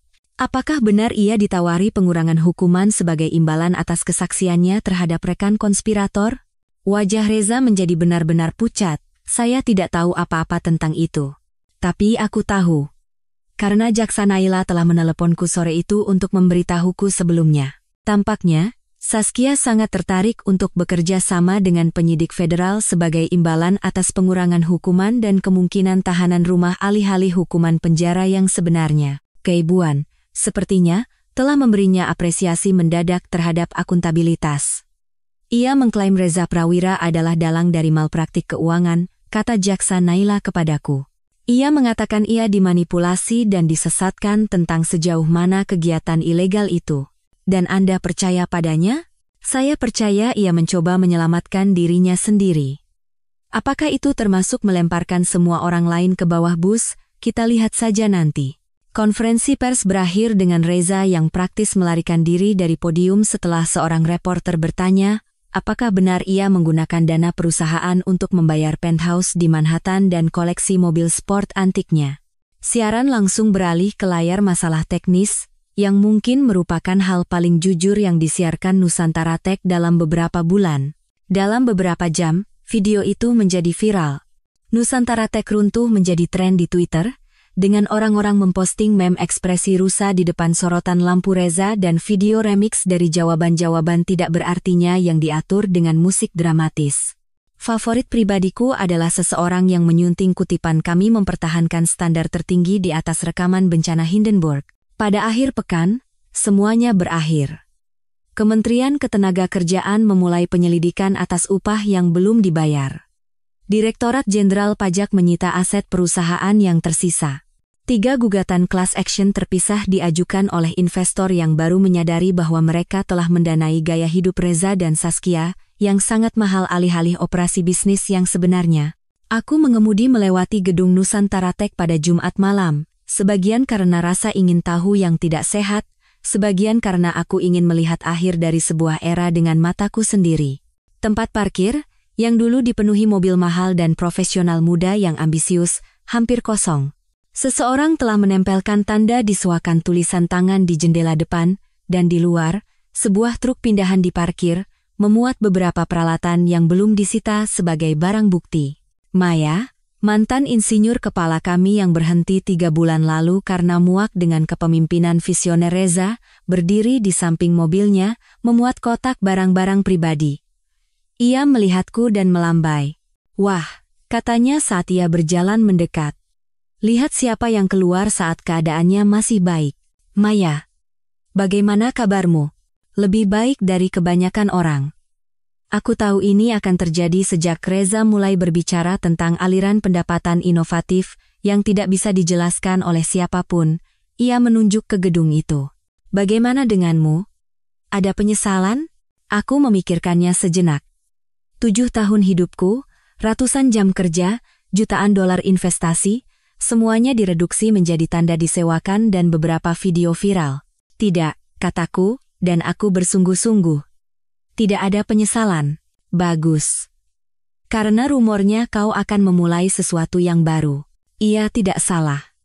Selama 2 minggu terakhir, aku diam-diam menghubungi mantan karyawan Nusantara Tech orang-orang baik, yang pergi karena integritas, bukan karena mereka kehabisan pilihan. Orang-orang seperti Maya, yang telah membangun produk terbaik kami sebelum Reza memutuskan bahwa jargon pemasaran lebih penting daripada rekayasa yang sebenarnya. Mungkin, kataku. Tertarik untuk mendengarnya? Ia tersenyum lebar. Selama tidak ada rekening luar negeri atau konferensi pers di mana CEO terlihat seperti akan menangis. Kurasa itu bisa kujamin. Kami berbicara selama 20 menit lagi tentang jenis perusahaan yang ingin kami bangun. Kepemimpinan yang benar-benar memimpin, bukan hanya mengambil pujian. Budaya di mana orang bisa melakukan pekerjaan baik tanpa harus terus-menerus waspada terhadap pengkhianatan dan penipuan keuangan. Saat aku mengemudi kembali ke rumah ayahku, aku melewati papan reklame yang mengiklankan iPhone terbaru. Ada sesuatu yang anehnya menghibur tentang melihat produk dari sebuah perusahaan yang dibangun oleh orang-orang yang peduli untuk membuat sesuatu yang bertahan lama, bukan hanya menjadi kaya dengan cepat. Besok, aku akan mulai menelepon. Besok, aku akan memulai proses membangun sesuatu yang nyata, jujur, dan tidak akan runtuh begitu seseorang mulai mengajukan pertanyaan tidak nyaman tentang matematika. Malam ini, aku akan menuang minuman dan menyaksikan matahari terbenam di atas menteng, memikirkan kesempatan kedua, awal yang baru, dan kepuasan aneh yang datang dari menyaksikan karma mengejar orang-orang yang mengira mereka terlalu pintar untuk menghadapi konsekuensi. Nusantara Tech sudah mati. Tapi mungkin itu yang harus terjadi sebelum sesuatu yang lebih baik bisa tumbuh di tempatnya. Beberapa hutan harus terbakar sebelum pohon-pohon baru bisa berakar. Beberapa perusahaan harus runtuh sebelum orang-orang terbaik mereka bisa membangun sesuatu yang layak dipercaya. Aku siap untuk menanam benih. Tahukah kau hal yang tidak diberitahukan siapapun tentang menjadi seorang ayah? Saat mereka meletakkan bayimu di pelukanmu, semua yang kau kira penting tiba-tiba menjadi kebisingan latar belakang di hadapan jari-jari kecil yang menggenggam ibu jarimu seolah kau adalah hal terpenting di seluruh alam semesta. Aku menerima telepon pada pukul 03.47 pagi pada hari Selasa di bulan Maret. Tampaknya pantas, mengingat tidak ada hal normal yang terjadi dalam hidupku selama setahun terakhir. Suara Saskia tegang karena rasa sakit dan kelelahan, tetapi juga lebih jernih daripada yang kudengar selama berbulan-bulan. Sudah waktunya, katanya. Dan aku bisa mendengar suara rumah sakit di latar belakang mesin yang berbunyi, percakapan samar, jenis kekacauan terkendali yang terjadi ketika kehidupan memutuskan untuk muncul. Siap atau tidak? Aku segera ke sana. Aku sudah berkemas dan siap selama 2 minggu, dengan tas di mobil seperti calon ayah yang benar-benar tinggal bersama istrinya yang hamil, bukan di rumah keluarga yang jaraknya 30 mil. Butuh 45 menit untuk sampai ke rumah sakit di pusat kota, melalui jalan-jalan kosong yang terasa seperti lokasi syuting film kiamat, semua lampu lalu lintas yang ditinggalkan dan restoran 24 jam yang bersinar seperti mercusuar dalam kegelapan. Ketika aku tiba, Saskia sudah berada di ruang bersalin, dikelilingi oleh perawat yang bergerak dengan efisiensi terlatih yang datang dari membantu manusia kecil membuat pintu masuk megah mereka secara teratur. Ia terlihat lelah dan takut, dan benar-benar cantik dengan cara yang hanya bisa dilakukan oleh wanita yang sedang melahirkan, seperti pejuang yang bertarung dalam pertempuran yang tidak bisa dilihat orang lain. "Kamu datang," katanya, menggenggam tanganku dengan kekuatan yang kurasa bisa menghancurkan kenari. "Tidak akan melewatkannya." Dan aku bersungguh-sungguh. Apapun yang telah terjadi di antara kami, pengkhianatan dan kebohongan dan penyelidikan federal yang telah membawa kami ke momen ini, tidak ada yang penting dibandingkan dengan fakta bahwa anak kami akan segera lahir ke dunia. Ini bukan lagi tentang Saskia dan aku. Ini tentang seseorang yang pantas mendapatkan sesuatu yang lebih baik daripada kekacauan kehidupan dewasa yang telah kami ciptakan. 4 jam berikutnya adalah kabut jargon medis, sesi pembinaan yang membuatku merasa sama sekali tidak berguna, dan jenis ketakutan primal yang datang dari kesadaran bahwa kau akan bertanggung jawab untuk menjaga manusia lain tetap hidup selama setidaknya 18 tahun. Setiap kontraksi, setiap bunyi bip monitor, setiap konsultasi berbisik di antara para dokter membuat detak jantungku melonjak seolah aku sedang berlari maraton dengan setelan 3 potong. Dan kemudian, ia ada di sana. Kirana Aditama lahir ke dunia pada pukul 07.23 pagi, dengan berat 2,9 kg, paru-paru yang mungkin bisa terdengar hingga ke Bogor, dan wajah kecil paling sempurna yang pernah kulihat seumur hidupku.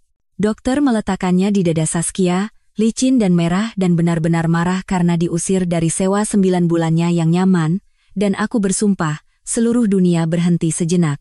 "Sempurna," bisik Saskia. Air mata mengalir di wajahnya saat ia menatap putri kami seolah-olah ia belum pernah melihat sesuatu yang begitu ajaib dalam hidupnya, dan ia memang sempurna. Sempurna dengan cara yang hanya bisa dimiliki oleh manusia yang baru lahir, Sebelum dunia mengajari mereka untuk menjadi rumit dan curiga dan menjaga hati mereka. Sempurna dengan cara yang membuat setiap kesalahan yang telah kulakukan dalam 35 tahun hidupku terasa seperti recehan dibandingkan dengan tanggung jawab untuk membantu orang kecil ini belajar bagaimana menjadi manusia. Ketika mereka membersihkannya dan membungkusnya dengan salah satu selimut rumah sakit yang terlihat seperti dirancang oleh seseorang yang belum pernah benar-benar melihat bayi, seorang perawat bertanya, apakah aku ingin menggendongnya? Aku telah menunggu momen ini selama berbulan-bulan, berlatih dengan boneka dan menonton video YouTube tentang teknik menggendong bayi yang benar seolah-olah aku sedang belajar untuk ujian terpenting dalam hidupku. Tapi ketika ia meletakkan Kirana di pelukanku, semua persiapan itu terbang keluar jendela. Karena tidak ada sama sekali tidak ada yang bisa mempersiapkanmu untuk beban anakmu sendiri. Ia begitu kecil. Sangat kecil, menakutkan kecil. Seluruh tangannya bisa melingkari kelingkingku. Dan ketika ia membuka matanya dan menatapku dengan tatapan bayi baru lahir yang tidak fokus, yang entah bagaimana melihat langsung ke dalam jiwamu, aku mengerti untuk pertama kalinya dalam hidupku apa yang dimaksud orang ketika mereka berbicara tentang cinta pada pandangan pertama. Hai, cantik, bisikku, dan wajah kecilnya berkerut seolah sedang mempertimbangkan apakah akan menyetujui suaraku atau tidak. Rupanya, aku lulus ujian, karena ia meringkuk di dadaku dengan desahan kecil yang terdengar seperti kepuasan. Aku menamainya Kirana, yang berarti seberkas cahaya, karena ia adalah anugerah tak terduga setelah setahun pengkhianatan dan kekecewaan.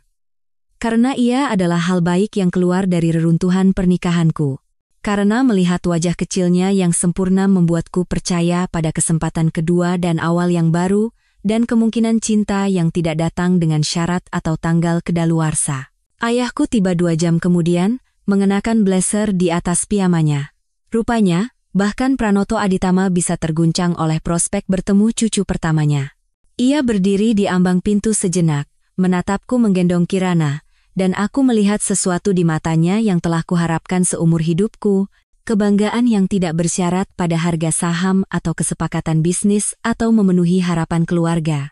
Ia cantik, nak, katanya, suaranya lebih lembut daripada yang kudengar sejak aku masih kecil. Mau menggendongnya? Ia mencuci tangannya 2 kali, mengeringkannya dengan hati-hati, dan mengambil Kirana seolah-olah ia terbuat dari kaca yang baru ditiup dan niat baik. Melihat ayahku pria yang telah menegosiasikan kesepakatan miliaran dolar, menatap tajam para perampok korporat, dan tidak pernah menunjukkan kelemahan di depan siapapun menjadi benar-benar lembut di hadapan bayi seberat 2,9 kg adalah salah satu hal terindah yang pernah kusaksikan. Halo, Kirana, gumamnya, dan ia membuka matanya seolah mengenali suaranya dari semacam ingatan genetik, aku kakekmu. Dan aku akan mengajarimu cara menunggang kuda, cara melakukan investasi yang bijaksana, dan jangan pernah mempercayai siapapun yang tidak bisa menatap matamu. Saskia tertawa dari tempat tidur rumah sakitnya, suara bahagia pertama yang tulus yang kudengar darinya dalam beberapa bulan. Ayah, dia baru berumur 6 jam. Tidak pernah terlalu dini untuk belajar karakter, jawabnya, tetapi nadanya lembut. Bahkan ia tidak kebal terhadap sihir khusus yang dimiliki bayi baru lahir pada orang dewasa yang mengira mereka telah melihat semuanya.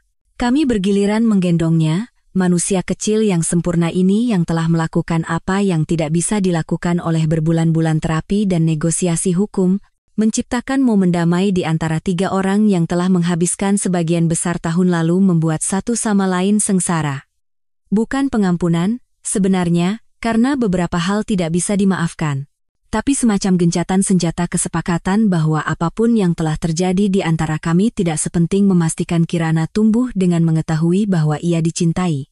Ketika jam besuk berakhir dan ayahku kembali ke rumah untuk menyebarkan berita ke separuh menteng, aku duduk di samping tempat tidur Saskia sementara, Kirana tidur di boks bayi plastik transparan tempat semua bayi rumah sakit disimpan.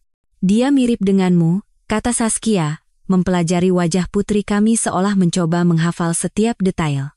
Dia mirip dirinya sendiri, jawabku. Itu saja yang penting. Saskia terdiam untuk waktu yang lama, menyaksikan dada kecil Kirana naik dan turun dengan irama tidur yang teratur. Aku tahu aku tidak punya hak untuk menanyakan ini, katanya akhirnya. Tapi aku ingin mencoba menjadi ibu yang baik. Lebih baik dari aku sebagai seorang istri. Aku menatapnya, benar-benar menatapnya untuk pertama kalinya dalam beberapa bulan. Ia pucat dan lelah dan menghadapi tuntutan federal yang bisa membuatnya dipenjara selama dekade berikutnya. Tapi ia juga ibu dari anakku. Dan apapun dirinya, apapun yang telah ia lakukan, Kirana akan membutuhkannya. Kalau begitu jadilah lebih baik, kataku singkat. Bukan untukku, bukan karena kau merasa bersalah. Karena dia pantas mendapatkan versi terbaik dari siapapun yang kau putuskan untuk menjadi. Malam itu, aku tidur di kursi rumah sakit yang tidak nyaman di samping box Kirana, bangun setiap jam untuk memastikan ia masih bernapas, masih sempurna, masih hal terpenting yang pernah terjadi padaku.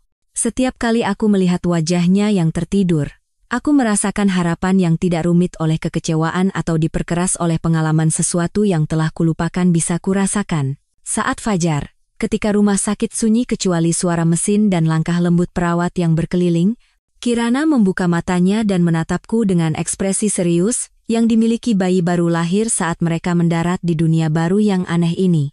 Tidak apa-apa, nak, bisikku, meraih melalui palang boksnya dan membiarkan jari-jari kecilnya melingkari jariku. Ayah di sini. Ayah akan menjagamu tetap aman. Dan untuk pertama kalinya dalam kehidupan dewasaku, aku membuat janji yang tidak akan pernah kulanggar. Tidak peduli berapa biayanya, pengorbanan apa yang dibutuhkannya, pertempuran apa yang harus kulawan, Kirana akan tumbuh dengan mengetahui bagaimana rasanya cinta tanpa syarat. Ia akan tumbuh di dunia di mana tindakan memiliki konsekuensi, tetapi cinta bukanlah sesuatu yang harus kau dapatkan. Ia akan tumbuh dengan mengetahui bahwa beberapa hal-hal penting tidak akan pernah mengecewakanmu. Beberapa hadiah datang terbungkus kertas cantik dengan pita dan simpul. Yang lain datang pada pukul 7 pagi setelah tahun terburuk dalam hidupmu, berlumuran cairan ketuban. Kirana jelas merupakan jenis hadiah yang kedua, dan ia sempurna. Tahukah kau hal lucu tentang memulai kembali pada usia 35? Semua orang mengira kau sedang mengalami krisis paruh baya, sampai mereka melihat bahwa kau sebenarnya sedang membangun sesuatu yang berarti untuk pertama kalinya dalam kehidupan dewasamu. Binar solusi dimulai di ruang kantor sewaan di atas sebuah rumah makan Padang di Kebayoran Baru. Tampaknya pantas, mengingat usaha terakhirku telah meninggalkan rasa tidak enak di mulut semua orang, dan yang satu ini secara harfiah berbau rendang dan kesempatan kedua. Ruangannya tidak mewah. 4 kamar, lampu neon yang membuat semua orang terlihat seperti pasien hepatitis, dan toilet yang harus kau goyangkan gagangnya dengan benar, atau kau akan terjebak di sana sepanjang hari. Tapi itu milik kami. Dan yang lebih penting, itu jujur. Maya adalah karyawan pertamaku, sebagian karena ia cerdas, sebagian karena ia telah melihat cukup banyak kebusukan perusahaan di Nusantara Tech, sehingga ia akan menghargai tempat kerja di mana drama terbesar adalah berdebat tentang merek kopi. Ia datang pada hari resmi pertama kami dengan mesin espresso mewah yang mungkin harganya lebih mahal dari sewa bulanan kami. Anggap saja sebagai hadiah pindahan rumah, katanya, memasangnya di sudut yang kami sebut dengan murah hati sebagai ruang istirahat tetapi sebenarnya adalah lemari dengan kulkas mini dan beberapa kursi lipat. Jika kita akan bekerja 18 jam sehari untuk membangun sesuatu dari nol, kita setidaknya harus punya kafein yang layak. 2 minggu kemudian, Ken Rodriguez bergabung. Ia adalah manajer produk terbaik Nusantara Tech sampai Reza memutuskan bahwa kepemimpinan visioner lebih penting daripada benar-benar memahami apa yang diinginkan pelanggan. Ken memiliki kombinasi langka antara pengetahuan teknis dan akal sehat yang membuatnya berharga setara dengan bobot tubuhnya dalam opsi saham. Jadi, apa rencananya? Tanyanya saat rapat tim resmi pertama kami, yang diadakan di sekitar meja lipat yang terlihat seperti diselamatkan dari bazar gereja. Kita akan membuat sesuatu yang benar-benar dibutuhkan orang, kataku. Kita akan memecahkan masalah nyata, membayar semua orang tepat waktu, dan mengatakan yang sebenarnya. Maya tertawa. Wow, strategi bisnis yang revolusioner. Kau akan terkejut betapa revolusionernya itu di industri ini. Kami memutuskan untuk fokus pada perangkat lunak keamanan siber untuk usaha kecil jenis perusahaan yang tidak mampu membeli perlindungan tingkat perusahaan tetapi semakin menjadi sasaran serangan siber yang canggih. Itu tidak seksi. Itu tidak akan membuat kami menjadi buah bibir di SCBD. Tapi itu dibutuhkan, dan ada pasar yang nyata. Yang lebih penting, itu adalah kebalikan dari semua yang dilakukan Nusantara Tech. Tidak ada rekening luar negeri, tidak ada akuntansi kreatif, tidak ada janji pengembalian investor yang menentang matematika dasar. Kami akan membuat perangkat lunak, menjualnya dengan harga yang wajar, dan menggunakan keuntungannya untuk membuat perangkat lunak yang lebih baik. Konsep yang radikal, rupanya. Butuh 6 bulan kerja di gudang kumuh di atas rumah makan itu untuk mengembangkan produk pertama kami. Siang yang panjang berlanjut menjadi malam yang lebih panjang, didukung oleh mesin espresso Maya dan pasokan keripik singkong yang tampaknya tak ada habisnya dari restoran di lantai bawah. Kami beristirahat dengan mondar-mandir di tempat parkir, mendiskusikan set fitur dan posisi pasar sementara bau sate tercium dari restoran di bawah. Ini adalah yang paling menyenangkan yang pernah kurasakan saat bekerja sejak hari-hari awal Nusantara Tech, ketika Saskia masih mendengarkan ide-ideku dan Reza Prawira hanyalah nama yang belum pernah kami dengar. Ada sesuatu yang murni dalam menciptakan sesuatu dari ketiadaan, dalam memecahkan masalah yang benar-benar penting alih-alih, mencoba mencari cara untuk memonetisasi data orang lain tanpa mereka sadari. Klien pertama kami adalah sebuah firma akuntansi kecil di Bintaro yang telah terkena ransomware 2 kali dalam 6 bulan. Orang IT mereka sebelumnya pada dasarnya mengangkat bahu dan menyuruh mereka membayar para peretas, yang tampaknya merupakan strategi jangka panjang yang kurang optimal. Kami memasang perangkat lunak kami, menjelaskan fitur-fiturnya kepada mereka, dan dalam waktu 2 minggu, mereka mengirimi kami rujukan. Beginilah seharusnya bisnis bekerja, kata Ken setelah klien kelima kami menandatangani kontrak, kau membuat sesuatu yang berguna, orang-orang membayarnya, dan semua orang menang. Jangan terlalu bersemangat, Maya memperingatkan. Kita masih beroperasi di atas restoran dan menggunakan perabotan yang terlihat seperti kabur dari pusat komunitas.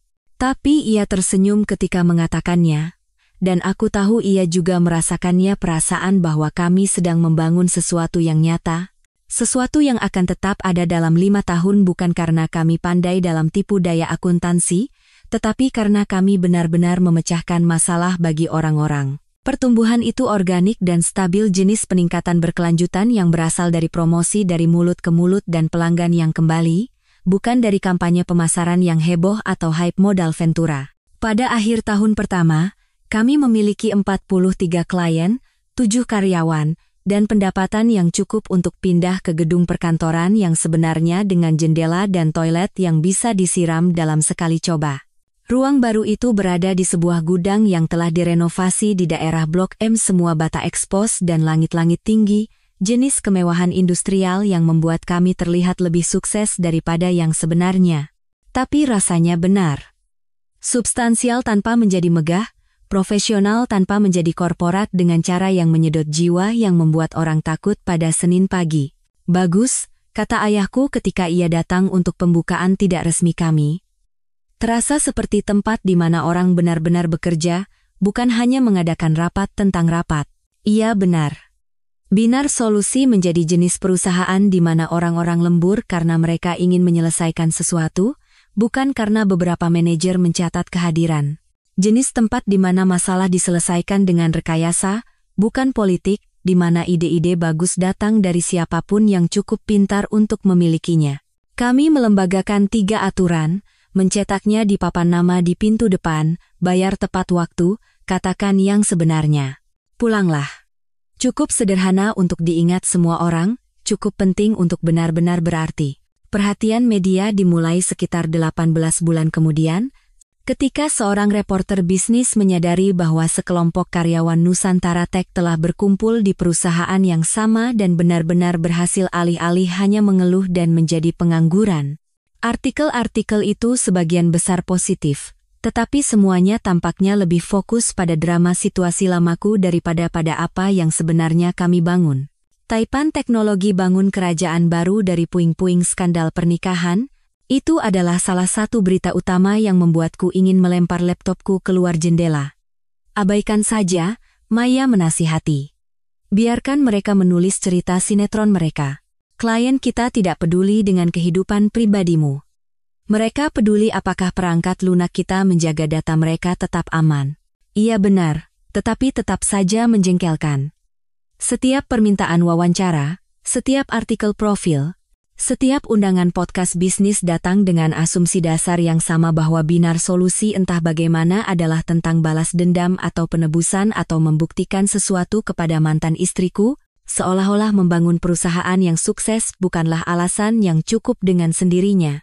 Kenyataannya lebih sederhana dan kurang dramatis daripada cerita yang ingin diceritakan orang. Saskia telah membuat pilihannya, sistem hukum sedang menangani konsekuensinya, dan aku fokus pada membesarkan putriku dan membangun sesuatu yang masih akan berarti, ketika ia cukup besar untuk bertanya apa yang ayahnya lakukan untuk mencari nafkah.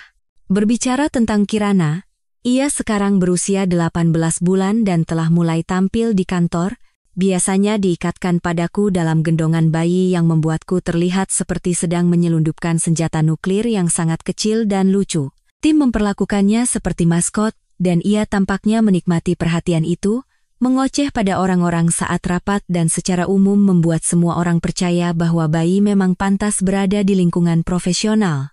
Dia akan tumbuh dengan berpikir setiap kantor memiliki perosotan dan kotak jus, kata Ken suatu sore ketika Kirana merangkak di sekitar ruang rapat saat kami sedang mengerjakan presentasi.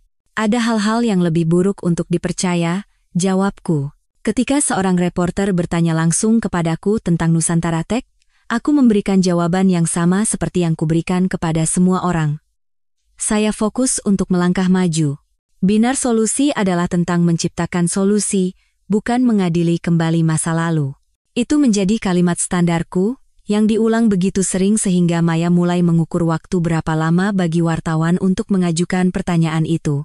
Rekornya saat ini adalah 47 detik, dari halo hingga jadi, ceritakan tentang perusahaan lama Anda. Tetapi kenyataannya adalah, kecuali ketika orang-orang mengungkitnya, aku jarang memikirkan Nusantara Tech. Saskia akan diadili dalam 6 bulan. Reza Prawira telah menghilang ke dalam lubang apapun yang dimasuki orang ketika hidup mereka menjadi sebuah kisah peringatan. Dan perusahaan yang dulunya adalah seluruh duniaku sekarang hanyalah sebuah entry dalam berkas pengadilan federal. Binar solusi, di sisi lain, sedang berkembang. Pertumbuhan nyata. Pertumbuhan berkelanjutan. Jenis yang berasal dari memecahkan masalah nyata, alih-alih menciptakan produk keuangan canggih yang tidak dipahami siapapun. Kami untung, karyawan kami senang, dan klien kami mengirimi kami email ucapan terima kasih, bukan surat panggilan pengadilan. Suatu malam, bekerja lembur di kantor gudang kami, dengan Kirana tertidur di box portabelnya dan tim mendebuk kode yang akan melindungi pemilik usaha kecil dari penjahat dunia maya, rasanya aku akhirnya menemukan apa yang seharusnya kulakukan dalam hidupku, bukan untuk membalas, bukan untuk membuktikan sesuatu. Hanya untuk membangun sesuatu yang berguna, dengan orang-orang yang kuhormati, dan pulang pada akhir hari dengan mengetahui bahwa itu penting. Butuh 35 tahun dan bencana pribadi yang sangat publik, tetapi aku akhirnya belajar perbedaan antara kesuksesan dan pencapaian, antara apa yang penting dan apa yang membuatmu merasa penting. Binar solusi, bukan hanya babak kedua saya. Itu adalah yang pertama yang jujur. Tahukah kau hal lucu tentang menemukan kedamaian? Ia tidak mengumumkan dirinya dengan kembang api atau sampahnya. Ia hanya muncul suatu malam ketika kau duduk di beranda ayahmu, menggendong putrimu yang berusia 2 tahun, sementara kunang-kunang berkedip melintasi halaman seperti lampu Natal kecil, dan kau menyadari bahwa untuk pertama kalinya dalam kehidupan dewasamu, kau berada tepat di tempat yang seharusnya. Kirana tertidur di dadaku setelah pertarungan epik menjelang tidur yang melibatkan 3 cerita, 2 lagu, dan negosiasi yang sangat serius tentang apakah gajah mainan perlu menyikat gigi. Ia mulai terasa berat, semua kaki gemuk dan bau sampo bayi dan rasa manis khusus yang hanya dimiliki oleh anak-anak yang belum belajar mengkhawatirkan hari esok. Ayahku duduk di kursi goyang di sampingku, membaca laporan keuangan yang mungkin mengendalikan PDB negara-negara kecil, kacamata bacanya bertengger di hidungnya. Tapi bahkan ia tampak lebih santai belakangan ini, seolah-olah kurang didorong oleh kebutuhan konstan untuk mengakuisisi dan mencapai yang telah mendefinisikan sebagian besar kehidupan dewasanya. Mungkin memiliki cucu perempuan melakukan itu pada seorang pria mengingatkanmu bahwa ada hal-hal yang lebih penting daripada pendapatan kuartalan. Dia sudah besar, katanya, mengangkat mata dari kertas-kertasnya. Terlalu besar. Rasanya seperti baru kemarin ia lahir, lalu kau melihatnya menghitung sampai 10 atau membedakan dengan tepat antara truk dan buldoser, dan kau menyadari ia menjadi seseorang dengan pendapat. Menakutkan, bukan? Benar-benar menakutkan. Hal terbaik yang pernah terjadi padaku, tapi menakutkan. 3 tahun telah berlalu sejak malam pengumuman IPO yang mengubah segalanya. 2 tahun sejak Kirana lahir, 18 bulan sejak Binar Solusi menjadi cukup menguntungkan sehingga aku bisa berhenti memeriksa saldo bank setiap pagi seolah-olah aku sedang memantau tanda-tanda vital pasien. Cukup waktu bagi debu untuk mengendap, perhatian media untuk memudar, dan kehidupan untuk menemukan normal baru. Saskia telah dijatuhi hukuman 18 bulan di penjara federal, diikuti oleh 2 tahun tahanan rumah dan pelayanan masyarakat. Ia telah menerima kesepakatan pembelaan, bersaksi melawan Reza dan beberapa rekan konspirator lainnya, dan secara umum cukup kooperatif untuk menghindari hukuman 5 hingga 10 tahun yang awalnya dipertimbangkan. Ia saat ini menjalani hukumannya di fasilitas keamanan minimum di Connecticut yang mungkin lebih baik daripada kebanyakan asrama perguruan tinggi. Reza Prawira, di sisi lain, telah memilih untuk melawan tuduhan dan kemungkinan akan menghadapi hukuman 15 tahun ketika persidangannya berakhir bulan depan. Terakhir kudengar, ia membela dirinya sendiri setelah melewati 3 tim hukum yang berbeda, yang tampaknya merupakan jenis keputusan strategis cerdas yang membawanya ke dalam kekacauan ini. Aku mengunjungi Saskia sebulan sekali, membawa Kirana untuk kunjungan yang diawasi di sebuah ruangan yang berbau disinfektan industri dan mimpi yang hancur.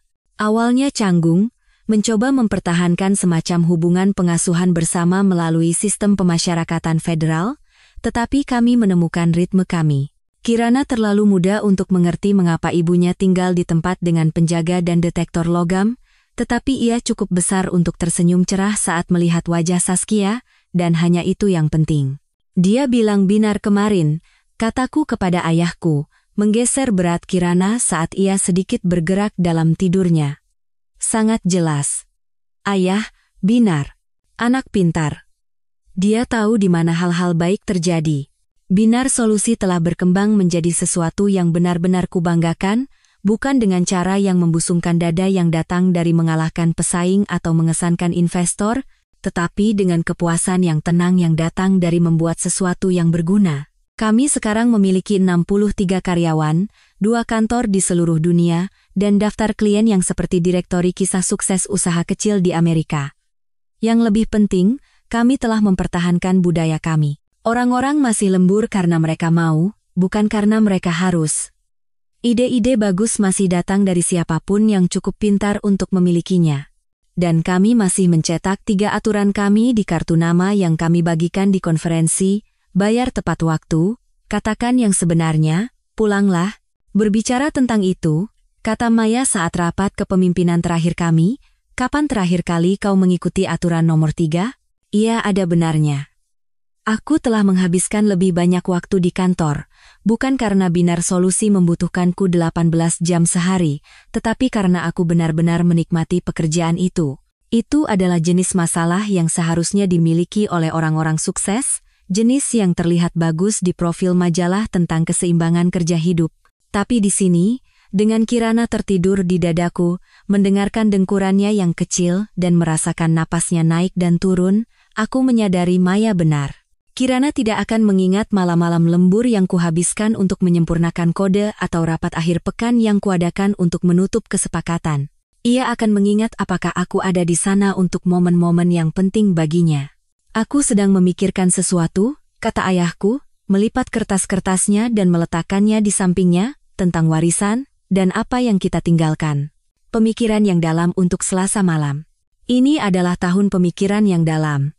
Memiliki cucu perempuan melakukan itu pada seorang pria. Ia bersandar di kursi goyangnya, memandangi taman yang ditanam kakeknya, diperluas oleh ayahnya, dan yang telah ia pertahankan melalui puluhan tahun gejolak ekonomi dan kemenangan pribadi.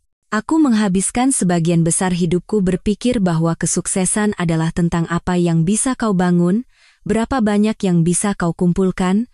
Berapa banyak orang yang tahu namamu? Dan sekarang? Sekarang, kupikir kesuksesan adalah tentang siapa kau saat tidak ada yang menilai.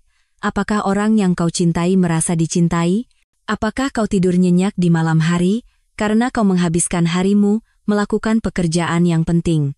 Kirana bergerak lagi, mendesah kecil yang berarti ia beralih dari tidur nyenyak ke jenis tidur ringan yang akan membangunkannya sepenuhnya. Aku berdiri dengan hati-hati, berjalan ke tepi beranda di mana udara malam lebih sejuk, mengayunnya dengan lembut.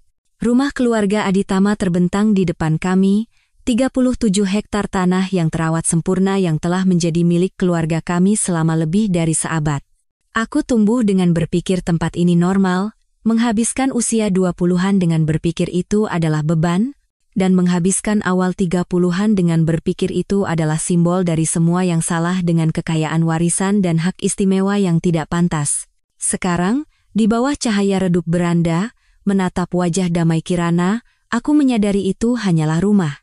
Bukan karena uang atau sejarah atau arsitektur yang mengesankan, tetapi karena disinilah 3 generasi pria Aditama belajar menjadi ayah, dan disinilah Kirana akan belajar apa artinya dicintai tanpa syarat. Ingat ketika kau berencana untuk mengumumkan warisanmu di acara IPO itu? Ayahku bertanya pelan. Aku hampir tertawa.